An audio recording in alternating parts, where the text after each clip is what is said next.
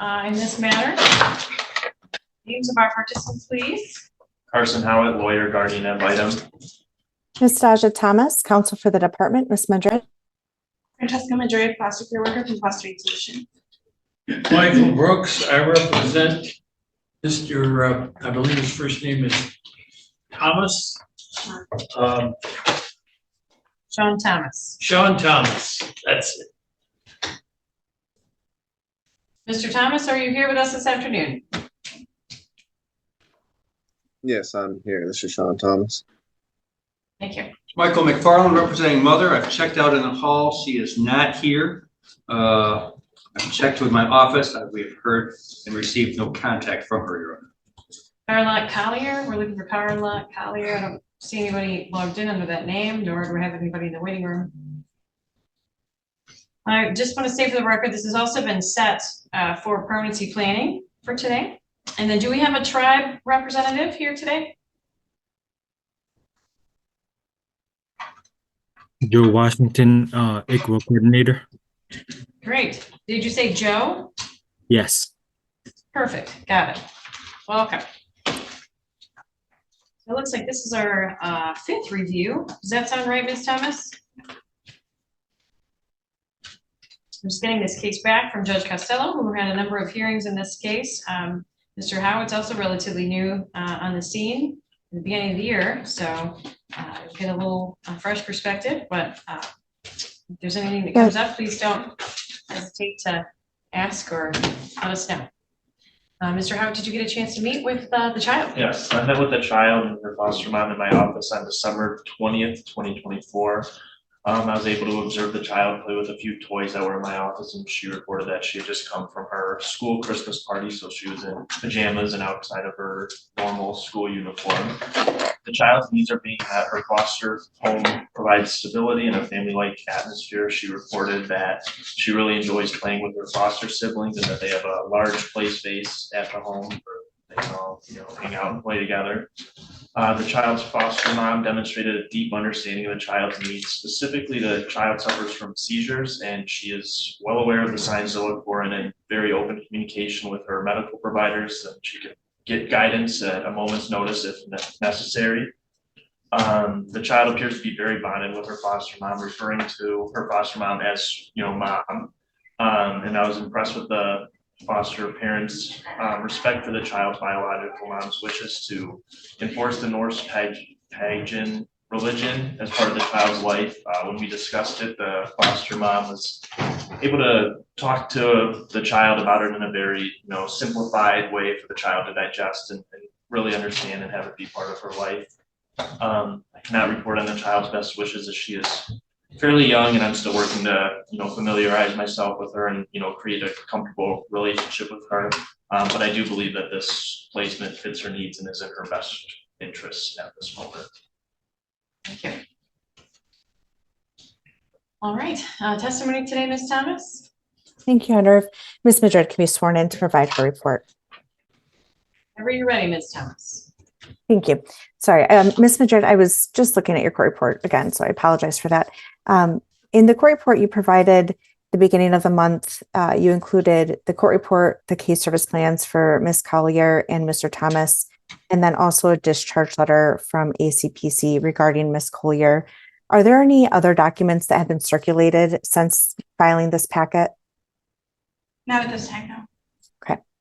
And at this time, would you consider Ms. Collier to be an absent parent? Yes. Your report does not have any information regarding that. I'm guessing in part because at that time she was not absent or not considered absent, but can you please provide us with some efforts that you've made to contact her or locate her? Yes. I haven't had contact with her since the beginning of December. I have attempted to call and text. Her phone is not in service, so it doesn't even ring. I've attempted to email her as well. I've attempted to ask anyone that I know that might have association to her. I also went to her previous employer. I went in to ask if maybe they had updated contact information, and they stated that they had no updated contact information and that she was not employed there. So they did confirm that. for me. That's all. To the best of your knowledge, did she receive this court report and notice of the adjourned hearing? To the best of my knowledge, I do believe she received this court report. I am not sure if she knows about the adjournment. Okay. Did the email address that you sent her the court report in, is that the one that you've used since the onset of this case? Okay. And during this review period, so since November 14th, since sort of a shorter review, what would you, or how would you describe her compliance within benefit from her case service plan? She has not been compliant with her case service plan during this reporting period. She was discharged from her individual therapy back in December due to lack of communication and attendance. She was discharged from the family assistance program with Orchards in November due to lack of communication and attendance. She lost her job. She has not secured safe and stable housing. And she also has decided to stop communication with the agency, specifically myself. I did include some communications that she sent to me directly, just stating that she didn't want to work further with the agency after several accusations that she made against the agency, theft and human trafficking and things like that. We haven't had communication. And then just briefly, as it relates to Mr. Thomas, I know that it's a little difficult with him being so far away, but have you had any updates on any services that he might be engaged in?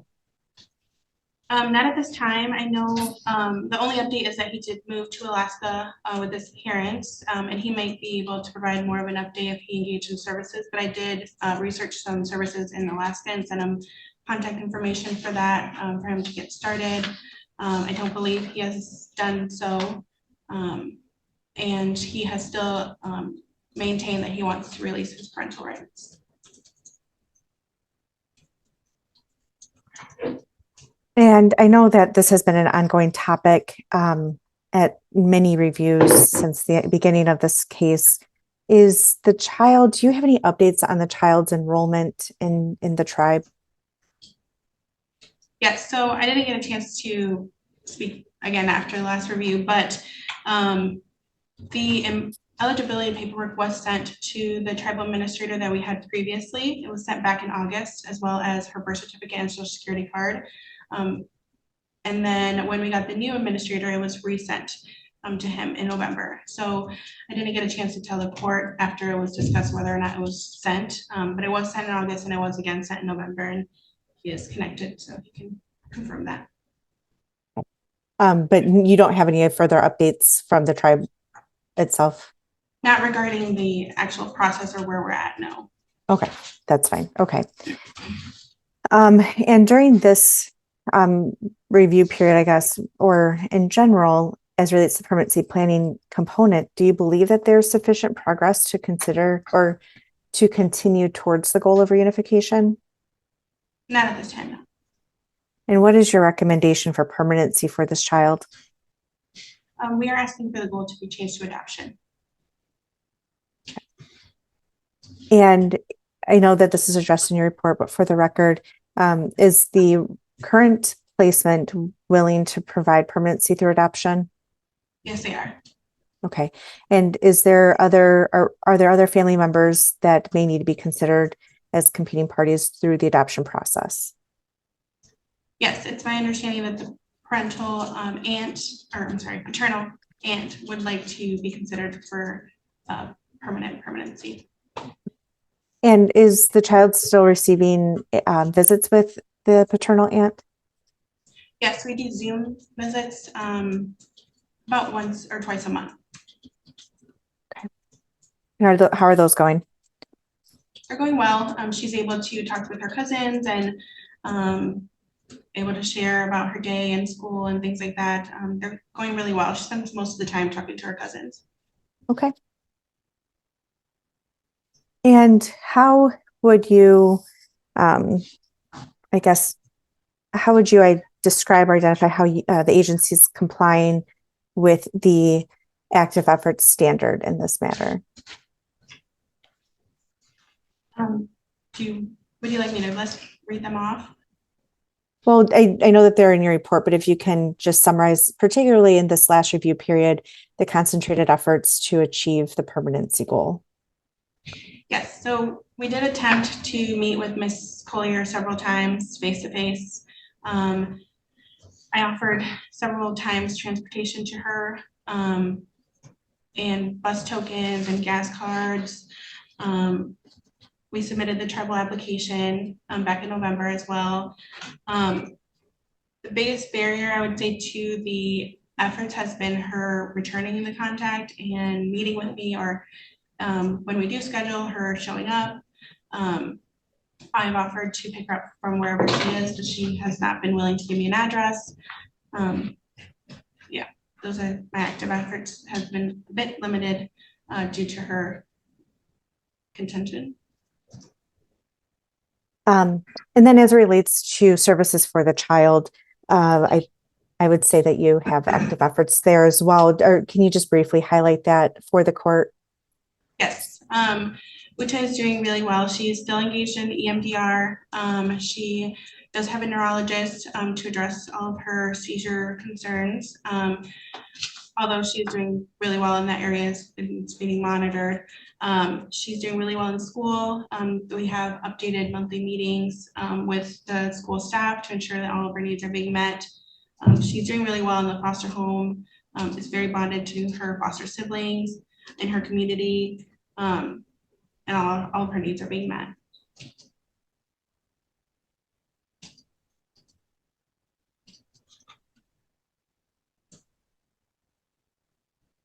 What would the risk of harm be to the child, or maybe it's better asked what the barriers to reunification are for Ms. Collier? I know that you've briefly touched on that. If you can just reiterate that for us. Yes, so it would be emotional instability, lack of safe and appropriate housing, and being in financial crisis at this time. Is there any indication that is still in Lenawee County?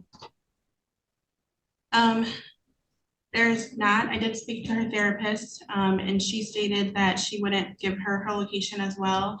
I have no indication that she's still at Adrian. In your report, there's an indication from, or an accusation that she was beaten by, it's not Mr. Thomas, but his cousin or his cousin's family. Do you have any additional information on that? I do not. I'm also not exactly sure who it is. She says her child's father's family. She didn't provide any documentation when I asked for it, or even what hospital she was in. So I don't have any further information on that. Is there anything else you'd like the court to know, just from your court report or your knowledge of the case? Not at this time, no. Okay, thank you. With that, Your Honor, I have no further questions of Ms. Madrid and would move to admit the court report and the attachments. No objection. No position without a client. No objection.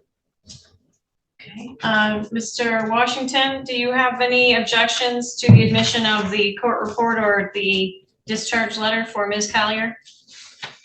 I have no objections, Your Honor.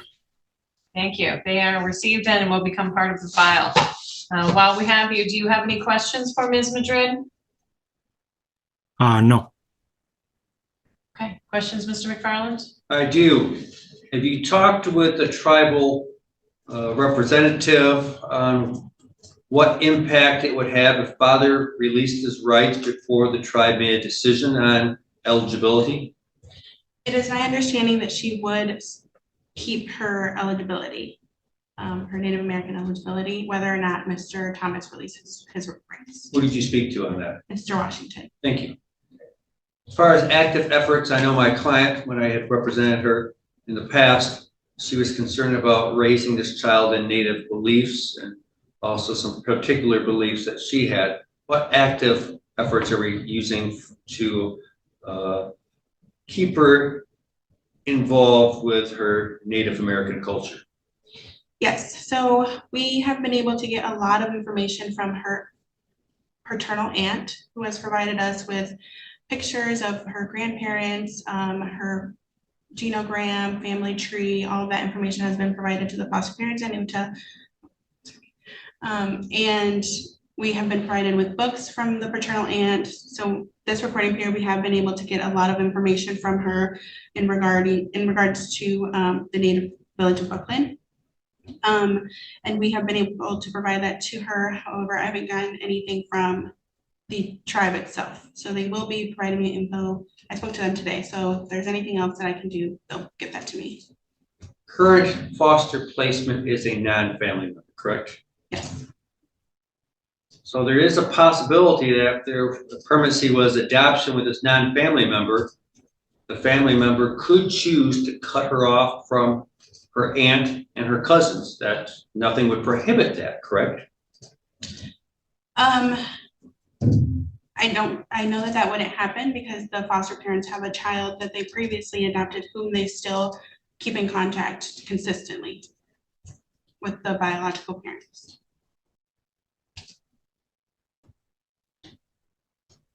There's nothing in the policy that says that they have to do that. That's just their word, right? Correct, yeah, based off what they've done. I understand. Email, you emailed a copy of the report to my client, is that correct? Yes, I did. Did it come back undeliverable? No. Email her any type of notification that we had a hearing today? I did not send her anything besides a text and a call. It showed that, well, the call, I think you mentioned, did not go through, is that correct? Correct. And the text was to the same number? Yes. That did not go through either? Well, I didn't get a not sent, but yes. Okay, guess I'm confused. When you text, what happened? It didn't give me like an error red message or anything like that. It showed that it sent, so Okay. I mean, Fair enough. Okay. Her last known whereabouts was in Illinois County, is that correct? yes. If she's listening on YouTube, we're on YouTube, Your Honor? We are. If she's listening on YouTube, what would be her priority to re-engage in this case? Her priority number one would be to contact me or to contact you and re-engage in any part of her case or plan, whether that be to recontact her therapist at ACPC and get re-engaged in that just due to the recent concerns we've had. Probably a good thing for her to reach out to you and to have maybe a telephone or a Zoom or in-person meeting. Is that what I'm hearing? Oh yeah, absolutely. If she reaches out to either one of us, I'm available for a meeting at any time. Okay, nothing further, Your Honor. Any questions, Mr. Brooks? You are, as I heard your testimony today, recommending eventually a release of termination of parental rights. Is that correct? That's what he's maintained, yes. And you support that? Yes. When can that process begin to prepare the paperwork to accommodate Mr. Thomas? Well, I prepared the paperwork back in August and it was sent to him and his attorney, but I can resend that. You sent it to who? To you and him. That's all. Any questions, Mr. Howard? No, Your Honor. All right, Ms. Thomas, any redirect? I have none, Your Honor. Any other questions, Mr. Washington? No, I do not, Your Honor. Mr. McGraw? Did you send the release paperwork that you prepared to the tribe also? I'm not sure if I included them in the email. No. Okay, nothing further. Thank you for your testimony. May I return to your seat? Thank you. Anyone else you'd like us to hear from, Ms. Thomas? Not at this time, Your Honor. Okay, Mr. Washington, would you like to give us any update as far as the tribe is concerned with what's being requested here today, or hear from any witnesses? But she is enrolled into our tribe. That's great. Would you be able to forward copies of whatever you have that confirms that over to Ms. Madrid? Yes, I will send you an email. Great. And then as I understand, the department is asking us to consider changing the goal to adoption for this child, which would mean looking at terminating the rights of Carla Collier. And I understand Mr. Sean Thomas wants to release. Do you have any thoughts on that request at this time? Not at this time, no. All right. I would assume that the tribe would be investigating that and making a recommendation one way or the other between now and when we come to our next review. Is that a fair assumption? Yes. Very well, thank you. All right, Mr. McFarland, anyone you'd like us to hear from today? If tribal administrator wouldn't mind, I have a question for him. Go Sir, I represent Mother. Does the tribe have a position on the child being placed with family, the aunt, or with a non-family foster parent? Does the tribe have a position? So would you like to go to the podium? Yes, let me do that so you can see me, sir. There. Sir, does the tribe have a position on the child being placed with a non-family foster parent or with a aunt who is a family member? Not that I know of. Okay. Would you think, will it be expressing an opinion down the road or does that not involve the tribe? I don't think it involves the tribe. Okay. Did I hear that you have no objection to Mr. Thomas releasing his parental rights, even if it were maybe today? Is that what I'm hearing? Yeah, no objections. Okay. Do you feel that this child is receiving sufficient material regarding her indigenous culture? Yes. Nothing further? Thank you.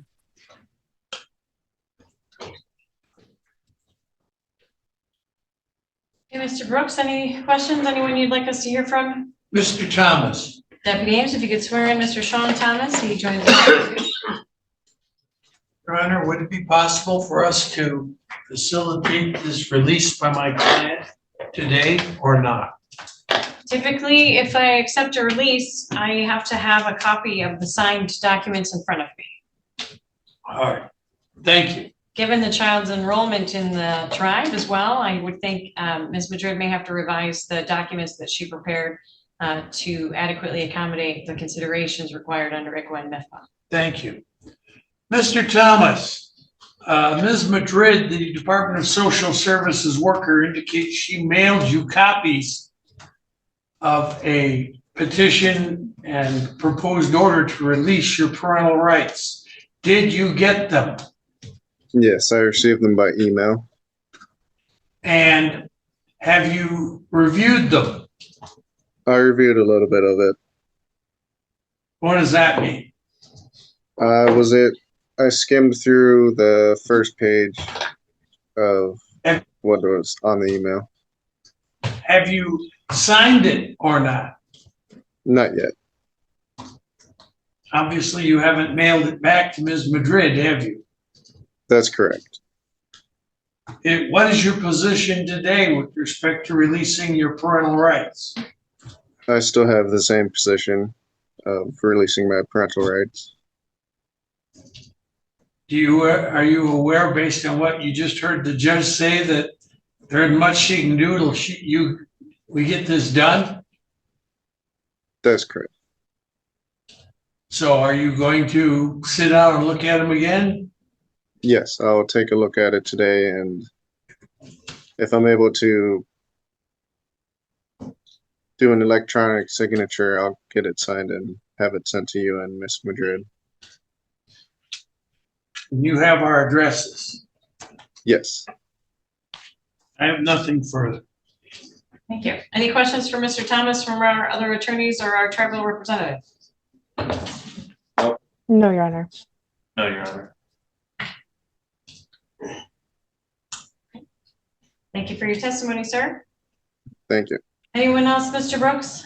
No, thank you. Mr. Howard? No, Your Honor. Comments in closing for today then, beginning with Ms. Thomas?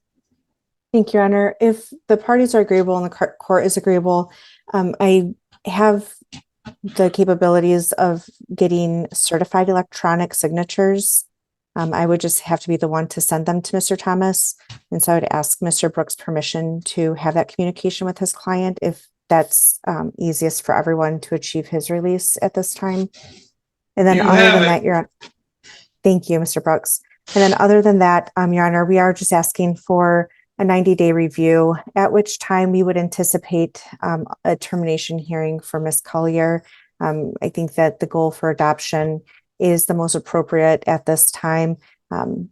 It's been over 2 months that she has tried to engage in any type of communication. And I think that by the time we file this petition or have the hearing, she would have effectively abandoned the child if she does not avail herself to the agency for services. I think that there are definitely active efforts being made on behalf of this family through the agency. And then also I'd like to commend the foster care family for really respecting. I think that Mr. Howitt put that really nicely, that there's a lot of respect for the child's birth families as it relates to ensuring that material is introduced to her in an age-appropriate way for the Norse pagan religion as relates to mom, and then also her native roots. So with that, I think that the child is in the least restrictive environment, that there are still significant concerns as relates to Ms. Collier, and that placement is necessary. Thank you. Any further comments today, Mr. Washington? No, Your Honor. Mr. McFarland? My only concern, Your Honor, I take no position because I do not have a client, but it'd be proof of service. I do have a copy of the order of adjournment. I don't have a proof of service.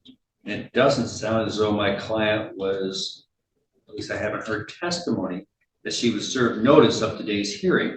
So I'm not sure if we could really proceed on her portion if she wasn't served. That's my only commentary. Thank you. Yeah, I would offer to you also, Mr. McFarland, that the email address that has been used for Ms. Collier successfully to notify her of past court dates and adjournments and hearings and court reports has since come back undeliverable. So I think what we're seeing here is, despite best efforts, Ms. Collier is bound and determined to sever communication with the agency, which I think will probably pose a challenge for purposes of any termination petition set to be heard on her case. But I don't think it's for lack of trying to let your client know what's been happening. Thank you, Your Honor. Any comments, Mr. Brooks? No, Your Honor. Mr. Howard? Yeah, I fully support the change the permanency planning goal to adoption.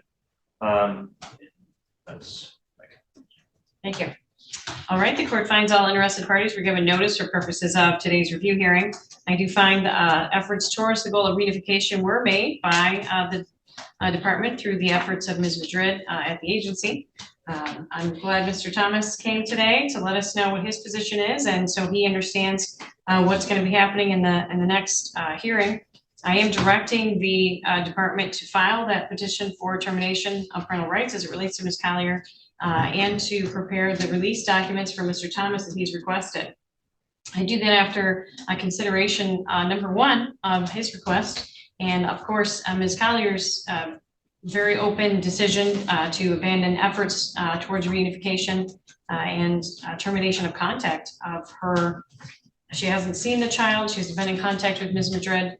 So on top of what we've seen as the challenges Ms. Collier was looking to overcome at this point, she has stepped affirmatively towards abandoning her child, as Ms. Thomas pointed out. The second piece is the fact that this child has been removed from her care since September 1st of 2023. A child at her age with special needs, including seizures, needs all of the support that she can get. When she was removed, she was underweight, she had significant issues, and her mother's frequent moving and unstable mood swings and instability in providing for her certainly affected her to the extent that it was visible physically in her development. She's doing very well now where she's placed. She's well bonded to that placement. They are honoring her ties to the tribe, and the tribe is honoring its ties to her as well, which is excellent.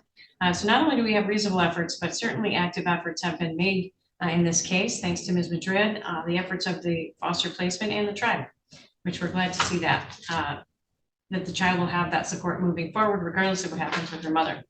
So for all those reasons, I am authorizing the goal change to adoption and ordering the department to file that termination petition. I think it certainly serves the best interests of the child at this point in time. The child will remain in her foster placement. Again, she's doing well there. They are taking care of her needs, especially vigilant of her heightened needs, given her condition and diagnosis for seizures, as well as enjoying sharing with her about her heritage. And we'll have our next review, which will also be a permanency planning hearing. And if the petition is timely filed and served, we'll conduct the termination petition on the same day, April 21st at 2:30 p.m., assuming everyone is available for that. April 21st at 2:30 p.m. our time, Mr. Washington.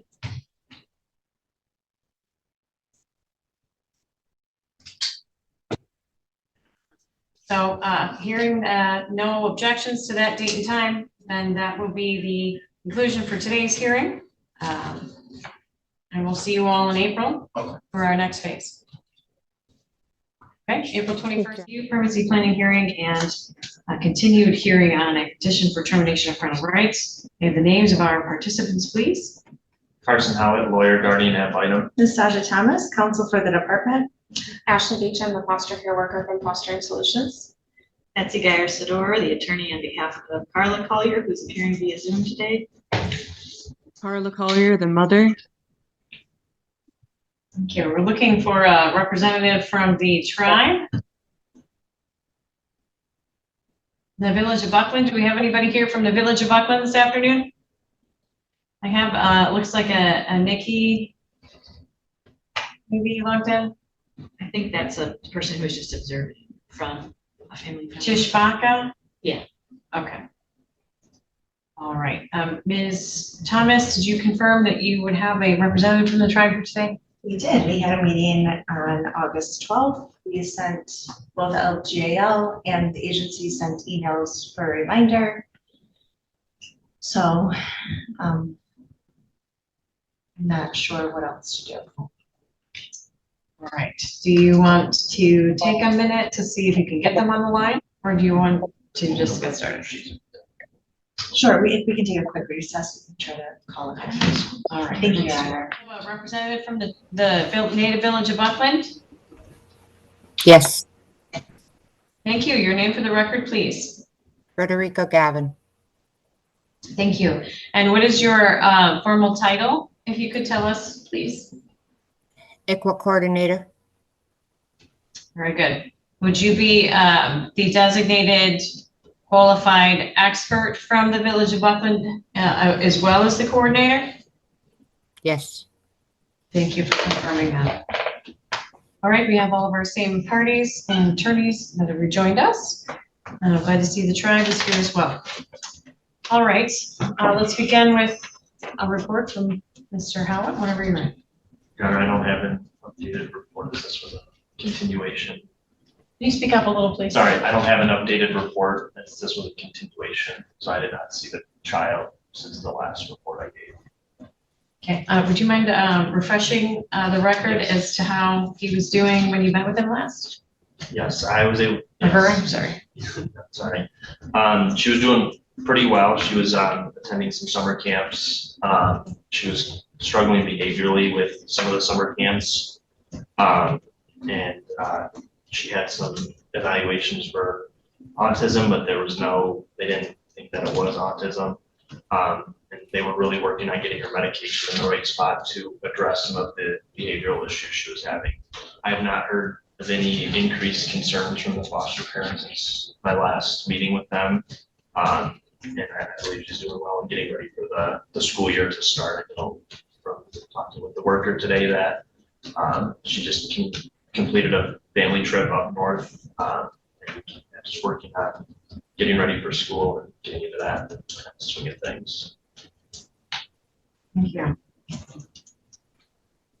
All right, Ms. Thomas, I believe we had most of or all of you have testimony from your witnesses. Is that accurate? Yes, Shadow, the only thing, if the court would like, Ms. Beach did provide a brief memo about any updates since our last hearing. I don't know if it's necessary, if fellow counsel would just stipulate the admission of the report. It really just highlights the contact efforts that Ms. Beach put forward to communicate with Ms. Collier and her attorney. Yeah, I have no objection to that being here. No objection.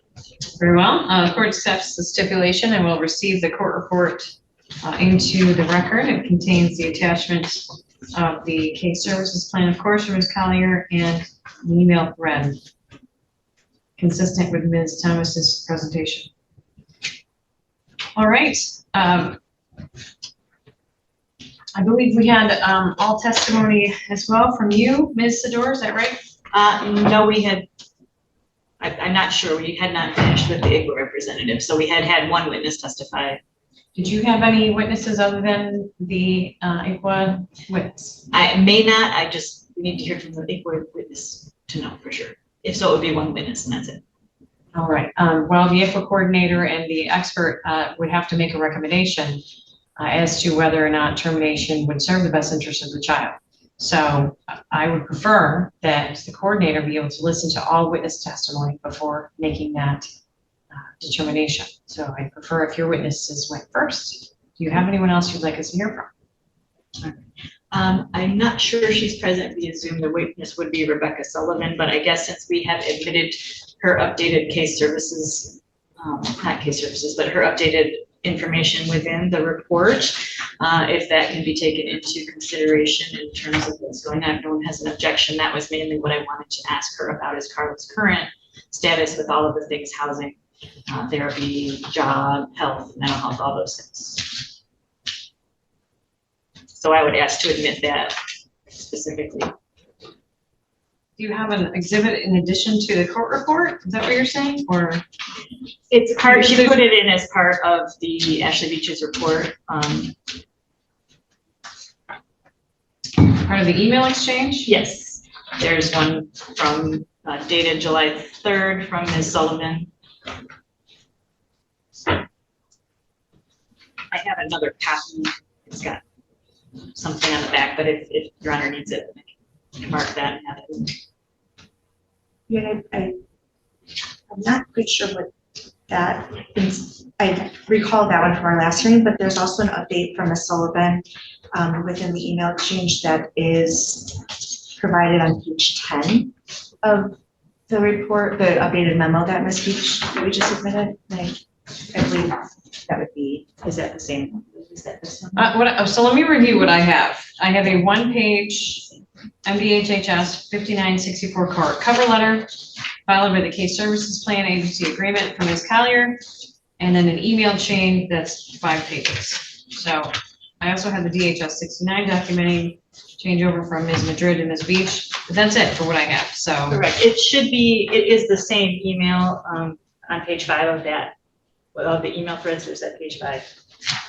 It states, it starts the page before I sent it to Ms. Beach, and it's from Rebecca Sullivan.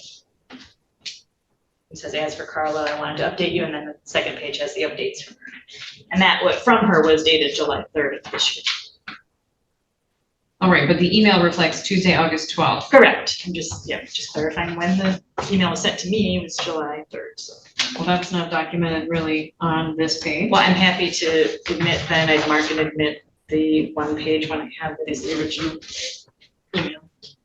Doesn't matter to me. I just wanted to clarify what I had Are you moving for the admission of that? Yes. separate Exhibit. I'm sorry? Sure, yes, I can just admit that one. Is respondents A or one, whichever you need to do. Any objections? I have no objections, Your Honor. No, Your Honor. Thank you. Tiffany, would you mind passing that up? Very well, we've received this. His response, Exhibit A.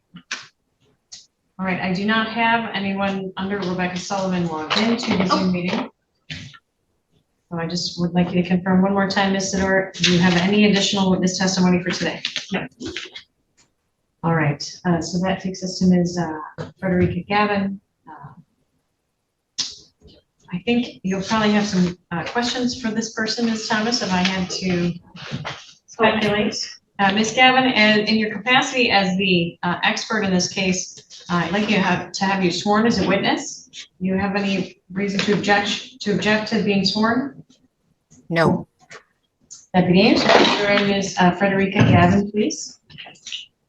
Please raise your right hand. You swear or affirm to tell the truth, the whole truth, and nothing but the truth, so help you God? I do. Ms. Gavin, before we subject you to questions, do you have any comments about the case you'd like to make today? No. Questions, Ms. Thomas? Okay. Good morning to you, Ms. Gavin. Thank you for joining us.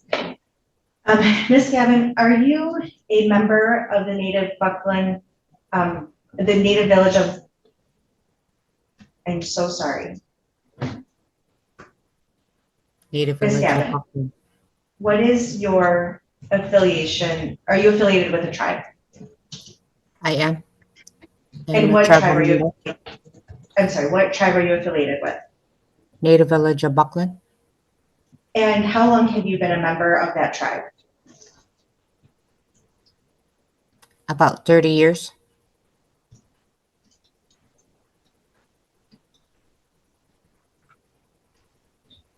And in your tribe, are you recognized as someone who is knowledgeable in tribal customs? Yes. And do you believe that you're knowledgeable as to how those tribal customs pertain to family organization and child-rearing practices? Yes. And Ms. Gavin, have you served as an ICWA coordinator in the past? No.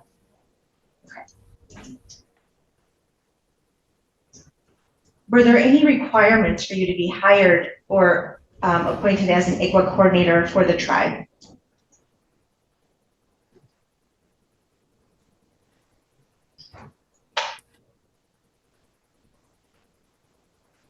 The requirements were just experience.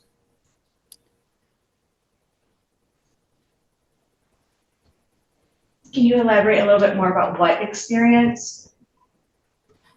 Experience in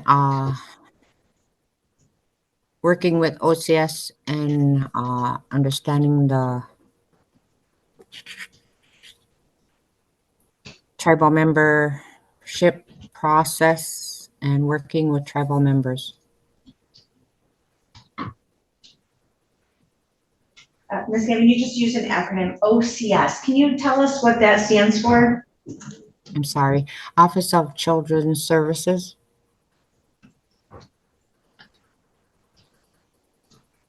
And does that mean that you would have experience in working with children who are in foster care?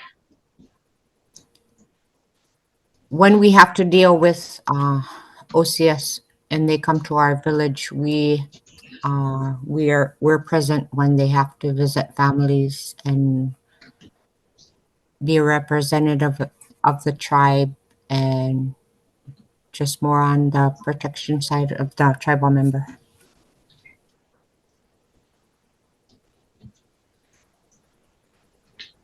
Thank you. Have you had any training related to being the designated ICWA coordinator for the tribe? No. And how long have you served as the ICWA coordinator?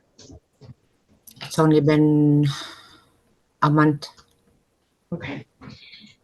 Ms. Gavin, my notes indicate that you've also participated in these proceedings at the very beginning, which would have been about 2 years ago. Do you have any recollection of that? A little bit. At that time, I was the tribal administrator. Okay. And how does your role differ now as the ICWA coordinator from the tribal administrator?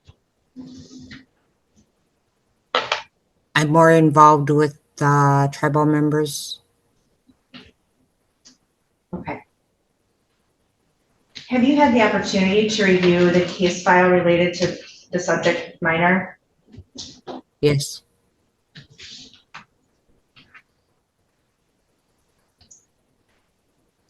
And in your opinion, do you believe that continued custody of the child or returned custody of the child to the respondent parent, Ms. Carla Collier, would result in the child being seriously, emotionally, or physically damaged? And I'm sorry, I'm gonna object. She hasn't had her qualified as an expert. I'm not objecting that she would be an expert, but I would ask you to qualify her before you ask her.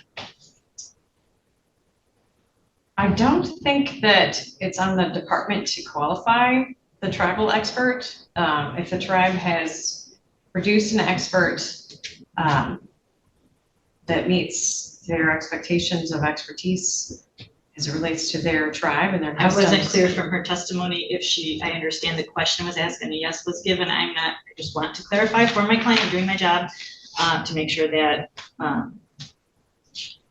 she's allowed to give expert testimony at this point. So. Do you have any objections to her being the expert for the tribe? If I could, before that question is asked, yes, if I could, would hear her on some questions about what she's reviewed before she makes that opinion. Objection? Your Honor, just brief, I don't have an objection to that at all. I just want to briefly highlight that the applicable statute is MCL 712B.17 subsection 1, in which there are two categories of individuals, and it is providing an order of preference as who can testify as a qualified expert witness. The first definition is a member of the Indian child's tribe or witness approved by the Indian child's tribe, who is recognized by the tribal community as knowledgeable in tribal customs and how the tribal customs pertain to family organization and child rearing practices. And then second, in order of preference would be a person with knowledge, skill, experience, training, or education who can speak to the Indian child's tribe and its customs and how the tribal customs pertain to family organization and child rearing practices. And so I believe that my hope was that the court would recognize that Ms. Gavin is a member of the Indian child's tribe, and as a member for 30 years would be recognized and appointed as an ICWA coordinator, would be recognized by the tribal community as knowledgeable in tribal customs and how they pertain to family systems and child rearing practices. All right, thank you for that guidance, specifically. So I maintain then, Ms. Sador, that this is a person who has been offered up by the tribe as their expert, and the court will certainly recognize that. I think at this point, your request of voir dire would be better suited to cross-examination. Ms. Gavin, with Ms. Sador's commentary in mind, though, I think it is a good question to ask. When you reviewed the case file, in your case file, what did you read? What types of documents? I reviewed the latest status of the child, that she's still in foster care, and read upon the medical section, and also the progress of mom. I'm sorry, the what? I didn't hear that last part. Progress of mom, is that what you said? Yes. Okay. And did you have an opportunity to review any prior court reports or documents pertaining to the family over the last 2 years? I didn't go that far. Okay. All right. Do you believe that you've reviewed enough information from the case file that you are ready to make a recommendation about the child's needs as relates to tribal expectations? I believe I've read enough. Okay. And based on your review of the record that you've had opportunity to look at, do you believe that if the court were to return the child to Ms. Collier, that it would result in serious emotional or physical damage to the child? Yes. And can you briefly elaborate as to why that would be your opinion at this time? From the reports that I read, housing is not stable. And from the medical standpoint, she needs to be taken care of through with her medication and all that. And currently, I guess from the tribe's perspective, how long would you anticipate a parent living in one place, even if it's just one general location, to make a determination if that person is now having stable housing or a stable life?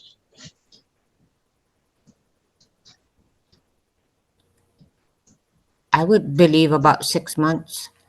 Okay. What other elements of stability would you, or did you consider?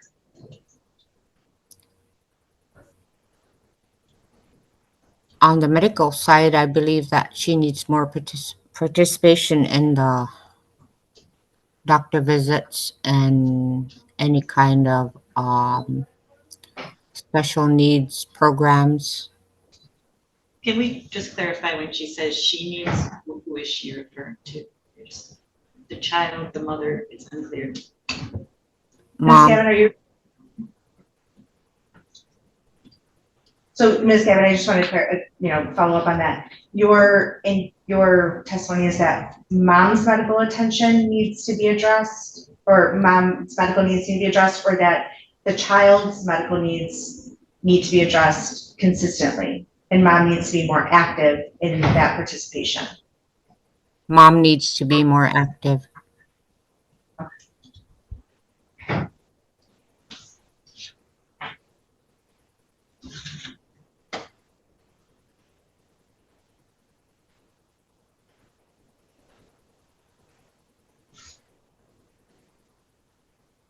Based on tribal customs and child rearing practices, why does, or how does instability, I guess, translate to tribal practices, and why is it important that this child have that stability?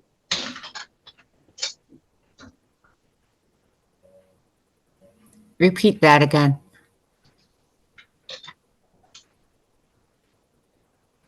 Through the tribal lens, why would it be important for the child to have stability and have ongoing medical treatment and ensuring that the caregiver is following through with those things?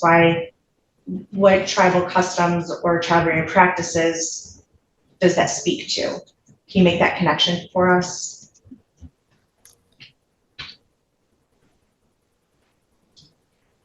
In our village, we all take care of each other's, and I don't know very much about city life, and taking care of a child means taking the responsibility to make sure things are taken care of, medical, nurturing. That's our belief.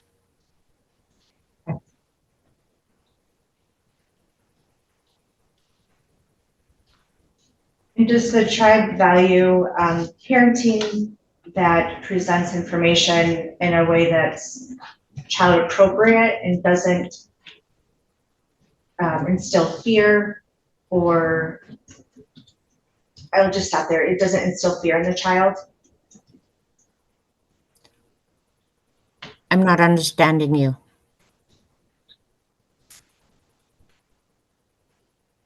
based on tribal values, does the tribe believe that parents should raise their children in a way that promotes safety rather than fear?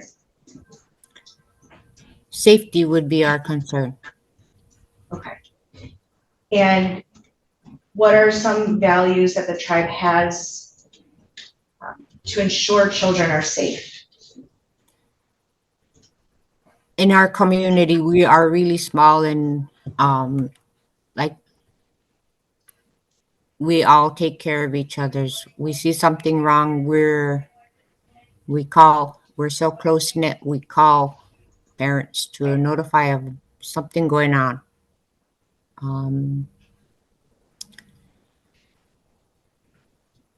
I don't know how else to explain that. Does the tribe value kindness and gentleness in parenting? Yes. Does it value honesty? Yes. Does it value consistency? Yes.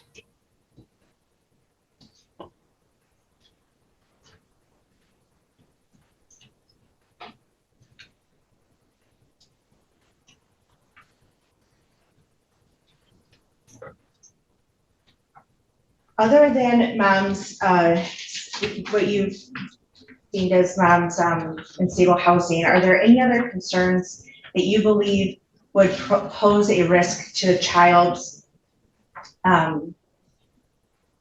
emotional state or her physical state?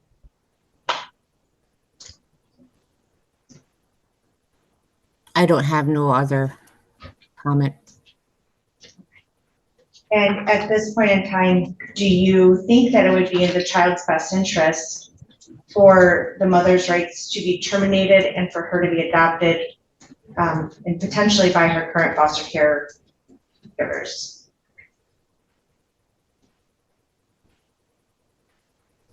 From the record of participation that I read, I believe that she is in a better place, and that the attention that she's receiving emotionally, medically, I would say yes. Okay. Thank you, Ms. Gavin. I don't have any further questions for you, but if the other attorneys will, okay? Thank you. I don't know. I'd like you to go next. Okay, that's fine.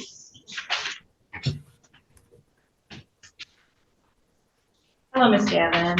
Hello. I'm the attorney for Carla Collier in this matter.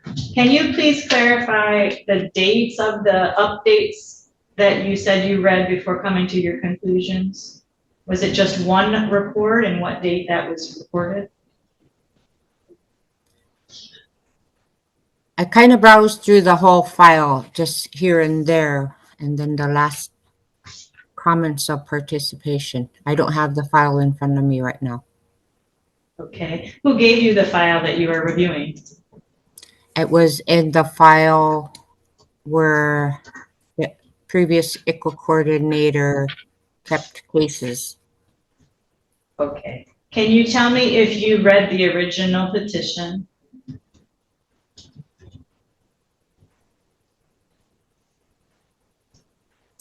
You mean the records from the beginning of the case? The original petition to remove the child initially, yes. When the case first started, as the administrator, I reviewed that. Okay. Have you reviewed the amended petition supplementing that?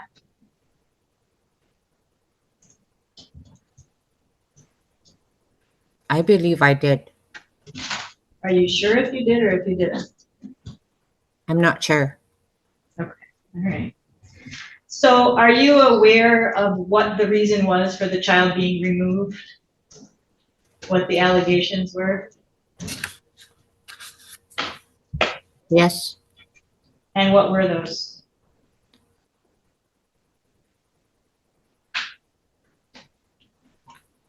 lack of housing, the medical instability. And that's it? Yes, Okay.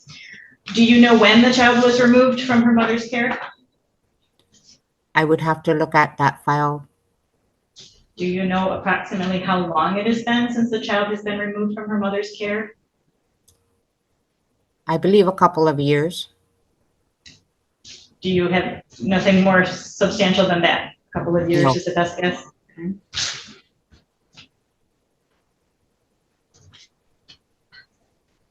Do you know when mother's rights to visit with her child were suspended by the court? No, Okay, you testified that mom needs to be more participating in the child's medical care and things like that, correct?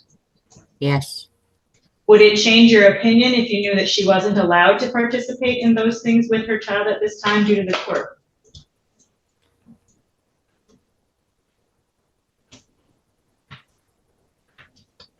yes. Okay, how would that affect your opinion? Well, if I didn't have very much time to review it, I'm sorry. But if she were participating in her rights to see the child, that would change my view. Okay, do you know where Carla Collier, mom, where she lives at currently? What state? No, So if you learned that Carla Collier is currently living in Alaska and has been living in Alaska for the past several months, would that change your opinion about where the child would be best?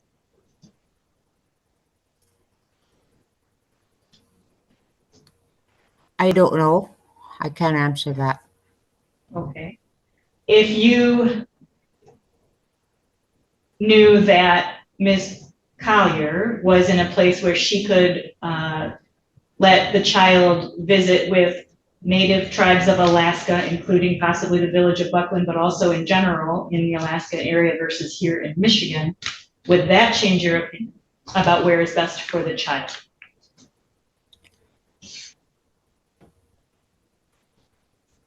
If there was documentation stating that she was participating with the child, I believe so.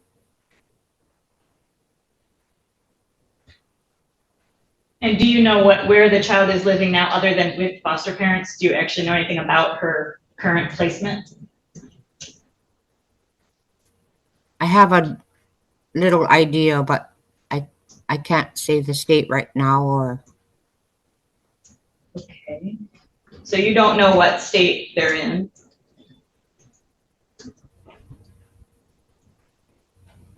Without looking at the file, I can't say that.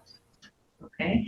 Do you know how much or if any interaction has gone on from the tribe in Buckland or from Mr. Washington, Joe Washington, who was previously involved in the case regarding any kind of cultural sharing and things like that with the child and her foster family? I don't know. When you say that the medical needs of the child are important for the mother to be involved in, which medical needs specifically are those? The seizure disorder, and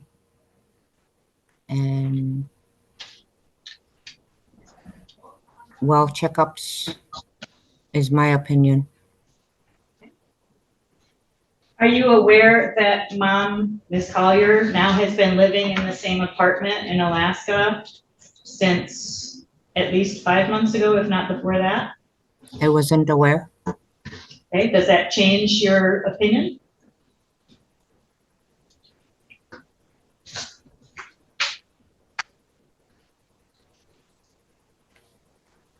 My opinion is that she needs to be involved with the child. Right, but I just asked you that you said that it would be different if you knew that she wasn't allowed to be directly involved with her child by the court, correct?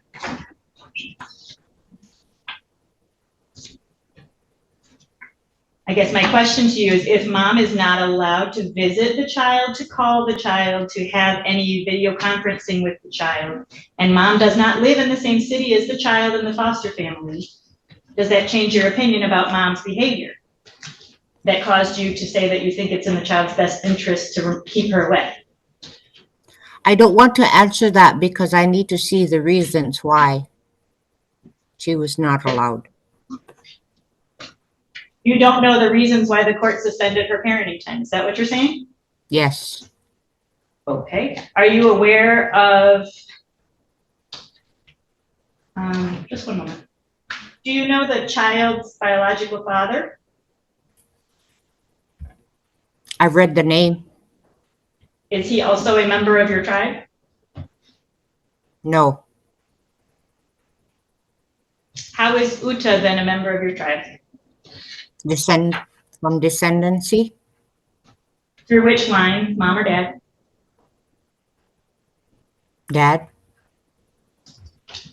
Does he have direct ties to the village of Buckland? Descendancy? He's eligible to enroll? Okay. Have you ever spoken with him before? No.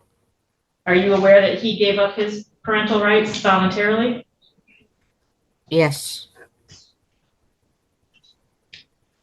Have you discussed anything to do with Uta Collier or Carla Collier with anybody within the Buckland, Native Village of Buckland community who may be a relative of the child's father?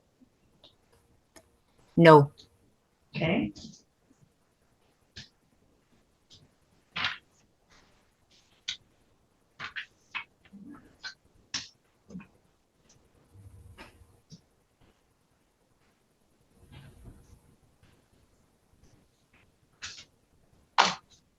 If you learned that the mother is now involved with some therapy for herself and to help her become a better parent, would that, and she's been doing that for a while, would that change your opinion about the child's best interest?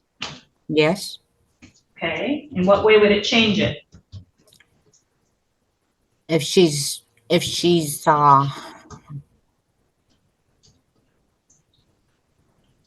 doing whatever it takes to be involved with the child and to have her rights. Okay. You testified that it's your opinion that the child would be, if the child was returned to Ms. Collier, that she would likely suffer serious emotional and physical damage or harm. Is that your testimony from earlier?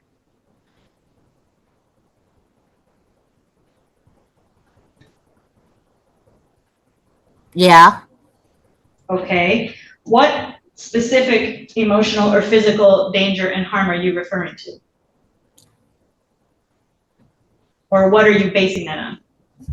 I'm thinking that the medical, taking care of the child with the disorders that the child has, the involvement is not there. The child needs to be taken care of medically. Correct. If you heard that mother has always taken care of the child medically, with the exception of one noted example within the possible file record from a whole other state from years ago, would that affect your opinion? Say that again. If you were made aware that the mother had been taking care of her child's medically, her seizure disorder, giving her the medication, having the medication on hand with the exception of one documented time when that is alleged not to have happened, would that change your opinion?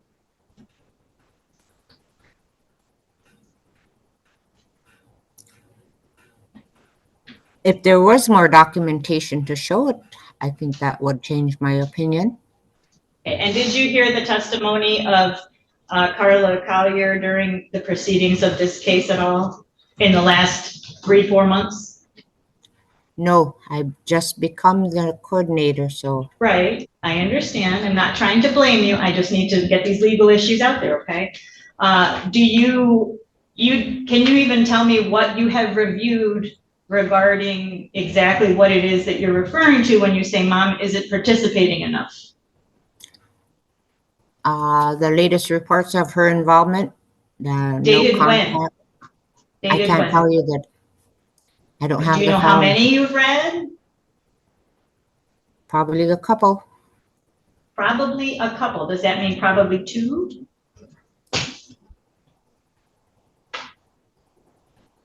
I saw the report of where they would try to contact her and she wasn't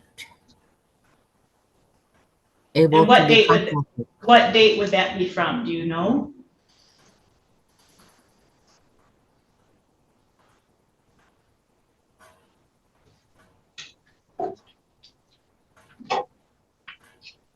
I don't have the file in front of me, so I can't tell you that.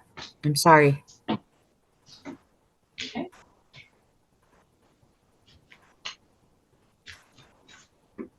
Are you aware of any physical charges regarding anybody with Carla against the child in any way? Any child abuse charges? Okay. Are you aware of any proven allegations of actual abuse by Carla to the child? No.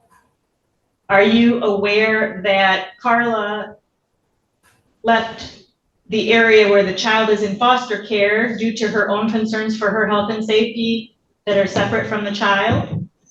No. Are you aware that Carla Collier had lived in Alaska previously? I am aware that she lived in Alaska previously. And are you aware that she had dated people from the Alaskan native village of Buckland tribe, including Uta's father?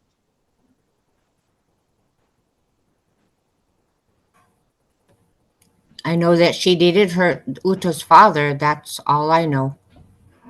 Are you aware that she is aware of cultural significance of the Alaskan native village of Buckland tribe and their culture and the things that they do? For example, she's gone on caribou hunts before herself. Did you know that?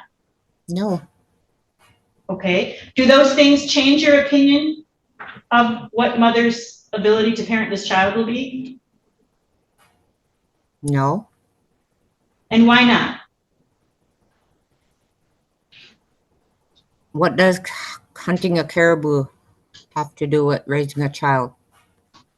It is something that you are supposed to be reviewing as the representative of the tribe for the ICWA coordinator. Has to do with the reason that the prosecutor asked you all those questions about your familiarity with the cultural norms of the tribe. That's the same kind of thing that I'm trying to ask you about.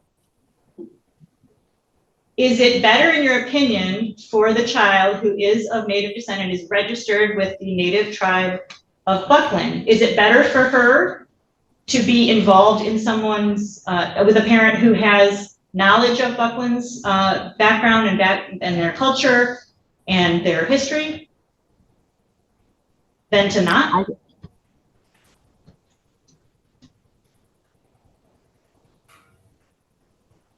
I don't believe who she dates or whether they're of our culture. It's, I believe in I can't put it into words. I believe taking care of the child is what matters. That didn't really answer my question. Are you aware that Ms. Collier made all of her parenting time visits when she was allowed visits with the child after the child was removed and before they stopped her visits, that she made those visits? I'm going to object to that question because it's factually inaccurate. That she made I'm sorry, I will restate, that she made the majority of the parenting time visits with her child, that she did do that until her parental rights, up until that time, that they took away her ability to visit the child. Yes. Okay, so that goes to the mom's participation, does it not?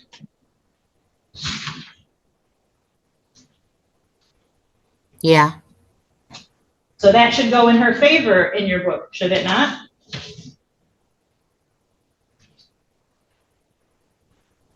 Yes. Okay, and the fact that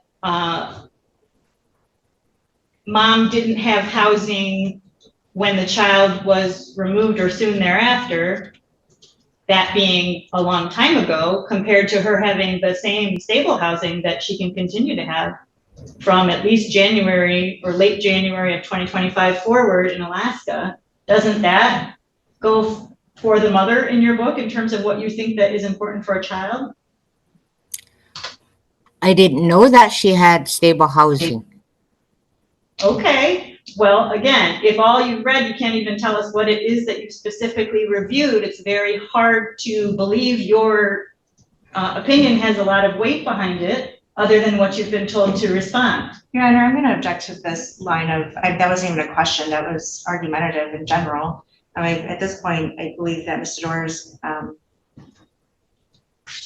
presentation or conduct towards the witness is becoming hostile, and I would ask the court to instruct Mr. Doerr accordingly.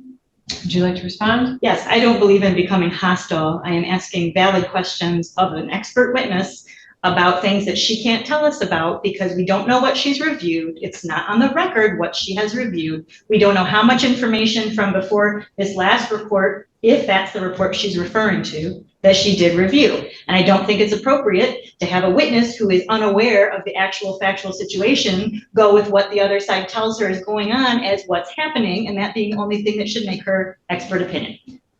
Mr. Doerr, that's a perfect example of an argument, as was your last comment or argument to the witness. So I will ask you to simply ask questions of Ms. Gavin and not argue or review your arguments for us by way of your cross-examination. Thank you. Ms. Gavin, did you review the psychological evaluation that was done of Ms. Collier throughout this case? No. Did you review the updates from a person named Rebecca Sullivan from Love Alaska program regarding Ms. Collier? No. Did you review the child's trauma assessment? No. If you were made aware that the child's trauma assessment stated that one of her strengths was attachment relationships, would that affect your opinion about this case? If I reviewed it, it depends on what it said. I can't, without reviewing it, I don't want to make a statement. Just one moment. So you don't have any paperwork before you that you could look at right now, is that right? Ms. Gavin? No. Okay. Judge, I don't know how best to do this. I would like to have her refer to what it says in the child's report about her attachment situation to help form her real opinion of what is best for the child, and she doesn't have that before her. I don't know, Ms. Sador, this is your cross-examination. It's part of the record though, Judge, and she's supposed to have reviewed the record. Well, I cannot instruct you on how best to navigate what you're trying to do without giving you legal advice. So you're welcome to take a moment to try to figure that out. And I'm not going to instruct you on how to do that. Thank you. Can I have a 5-minute recess, please? Any objections? No, Your Honor. Take a brief recess. Thank you for your patience, Ms. Gavin. All right, we are back on the record. Ms. Sador asked us for a brief recess. Are you ready to resume cross-examination on Ms. Gavin? Thank you. Ms. Gavin, I just want to remind you, you do remain under oath. Thank you. Now, Ms. Gavin, if you heard that a March 11th, 2024 psychological evaluation of the mother, Carla Collier, was done during this case, and that the diagnostic impression regarding parenting was that there is no direct evidence she will become physically abusive in a parenting situation. She is, although unlikely to admit problems and difficulties if she views it as affecting her ability to get her child back.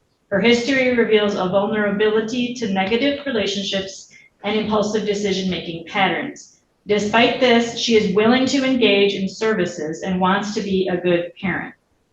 Would that change your opinion as to any possible harm that might come to this child if returned to her mother, Carla Collier? That would change my opinion if she participated. Okay, and what I read to you there, does that also, not regarding participating, that's not the same question, but what I read you about her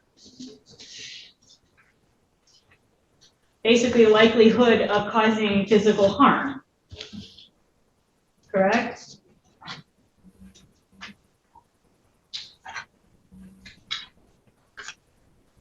If you were to read the trauma investigation about the child that was done on, I believe, January 9th of 2024 for this case, and that the child showed a strength in the attachment/relationships area of her development that says this is the result of the child's strong, healthy relationships. A baby learns to feel good about himself and trust people by the way he is taken care of.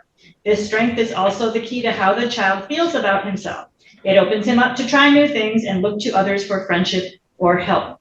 Scores in the strength range indicate that a child is showing many positive behaviors in this area, and we should continue to encourage these behaviors.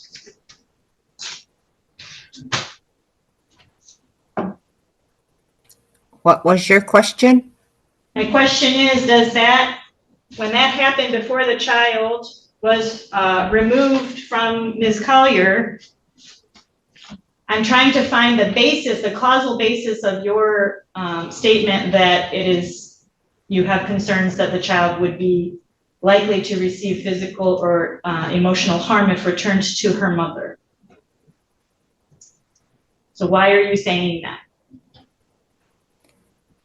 Probably because I only read the report of non-participation. Okay, so you read a report of non-participation of the mom, is that what you're saying? Yes. And you haven't, we've already asked you that, you haven't read those. Do you know how old Uta, the child, is?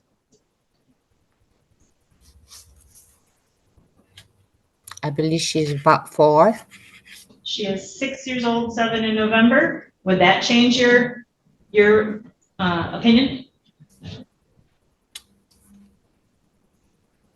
No, I don't believe in what age she is. Okay. How many other children are in the foster family that she is living with currently? I don't know. If there are 3 other children in that foster family outside of Uta, and her mother does not have any other children living with her, does that change your opinion in terms of what's best for the child? No.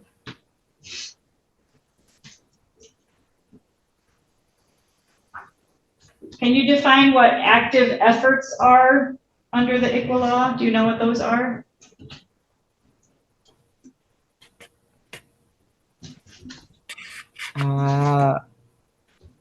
Reuniting parents with their children. If that's not possible, reuniting with family.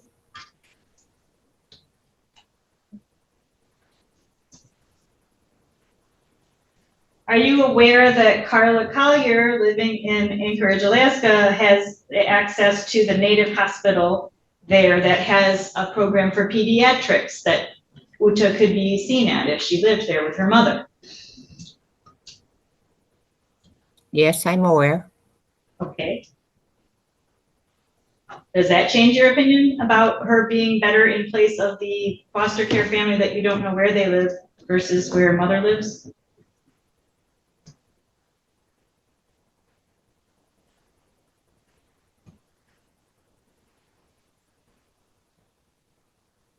I don't know how to answer that. you testified earlier that you thought the child had been removed from her mother for a couple of years. I thought you said maybe 2 years. Do you know if that's accurate?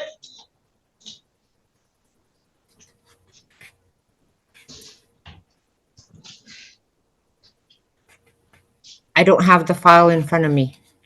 Okay. And all the reports that you are reading from may be missing from the file that I read. So So you don't know if those even exist in your file? I haven't really gone through all the files that the previous ICWA coordinator had. So he might have misfiled them. The removal of the child, if it happened in around March 21st of 2025, how long would that mean that the child, if she's not been reunited, how long would that mean the child has been outside of her mother's care? No, I'm gonna just object, that's factually inaccurate as well. Okay, I'm sorry, it's the petition, I'm sorry, I'm getting it mixed up. All right, never mind, I'm sorry, I withdraw that question, my timeline brain got, pardon me. She's been removed since September 23, is that right? She's been removed since September 1st of 2023. And you have been saying that what's important to you is mom's participation, correct? Yes. With the child? And that if the mother was not allowed to participate directly with the child, then that changes your feeling about mom's ability to parent of the best interest of the child for your testimony. Right? My opinion is based on what I read. What conditions currently in Carla Collier's home cause you to have concerns for the child's physical safety or well-being, emotional well-being? Having a stable home. Okay, and you defined a stable home earlier in your culture as within 6 months or so of being in the same general place, is that right? That was my opinion. Okay, so if she's been in the same home and hasn't had any issues with that for 6 months, would you say that that no longer exists?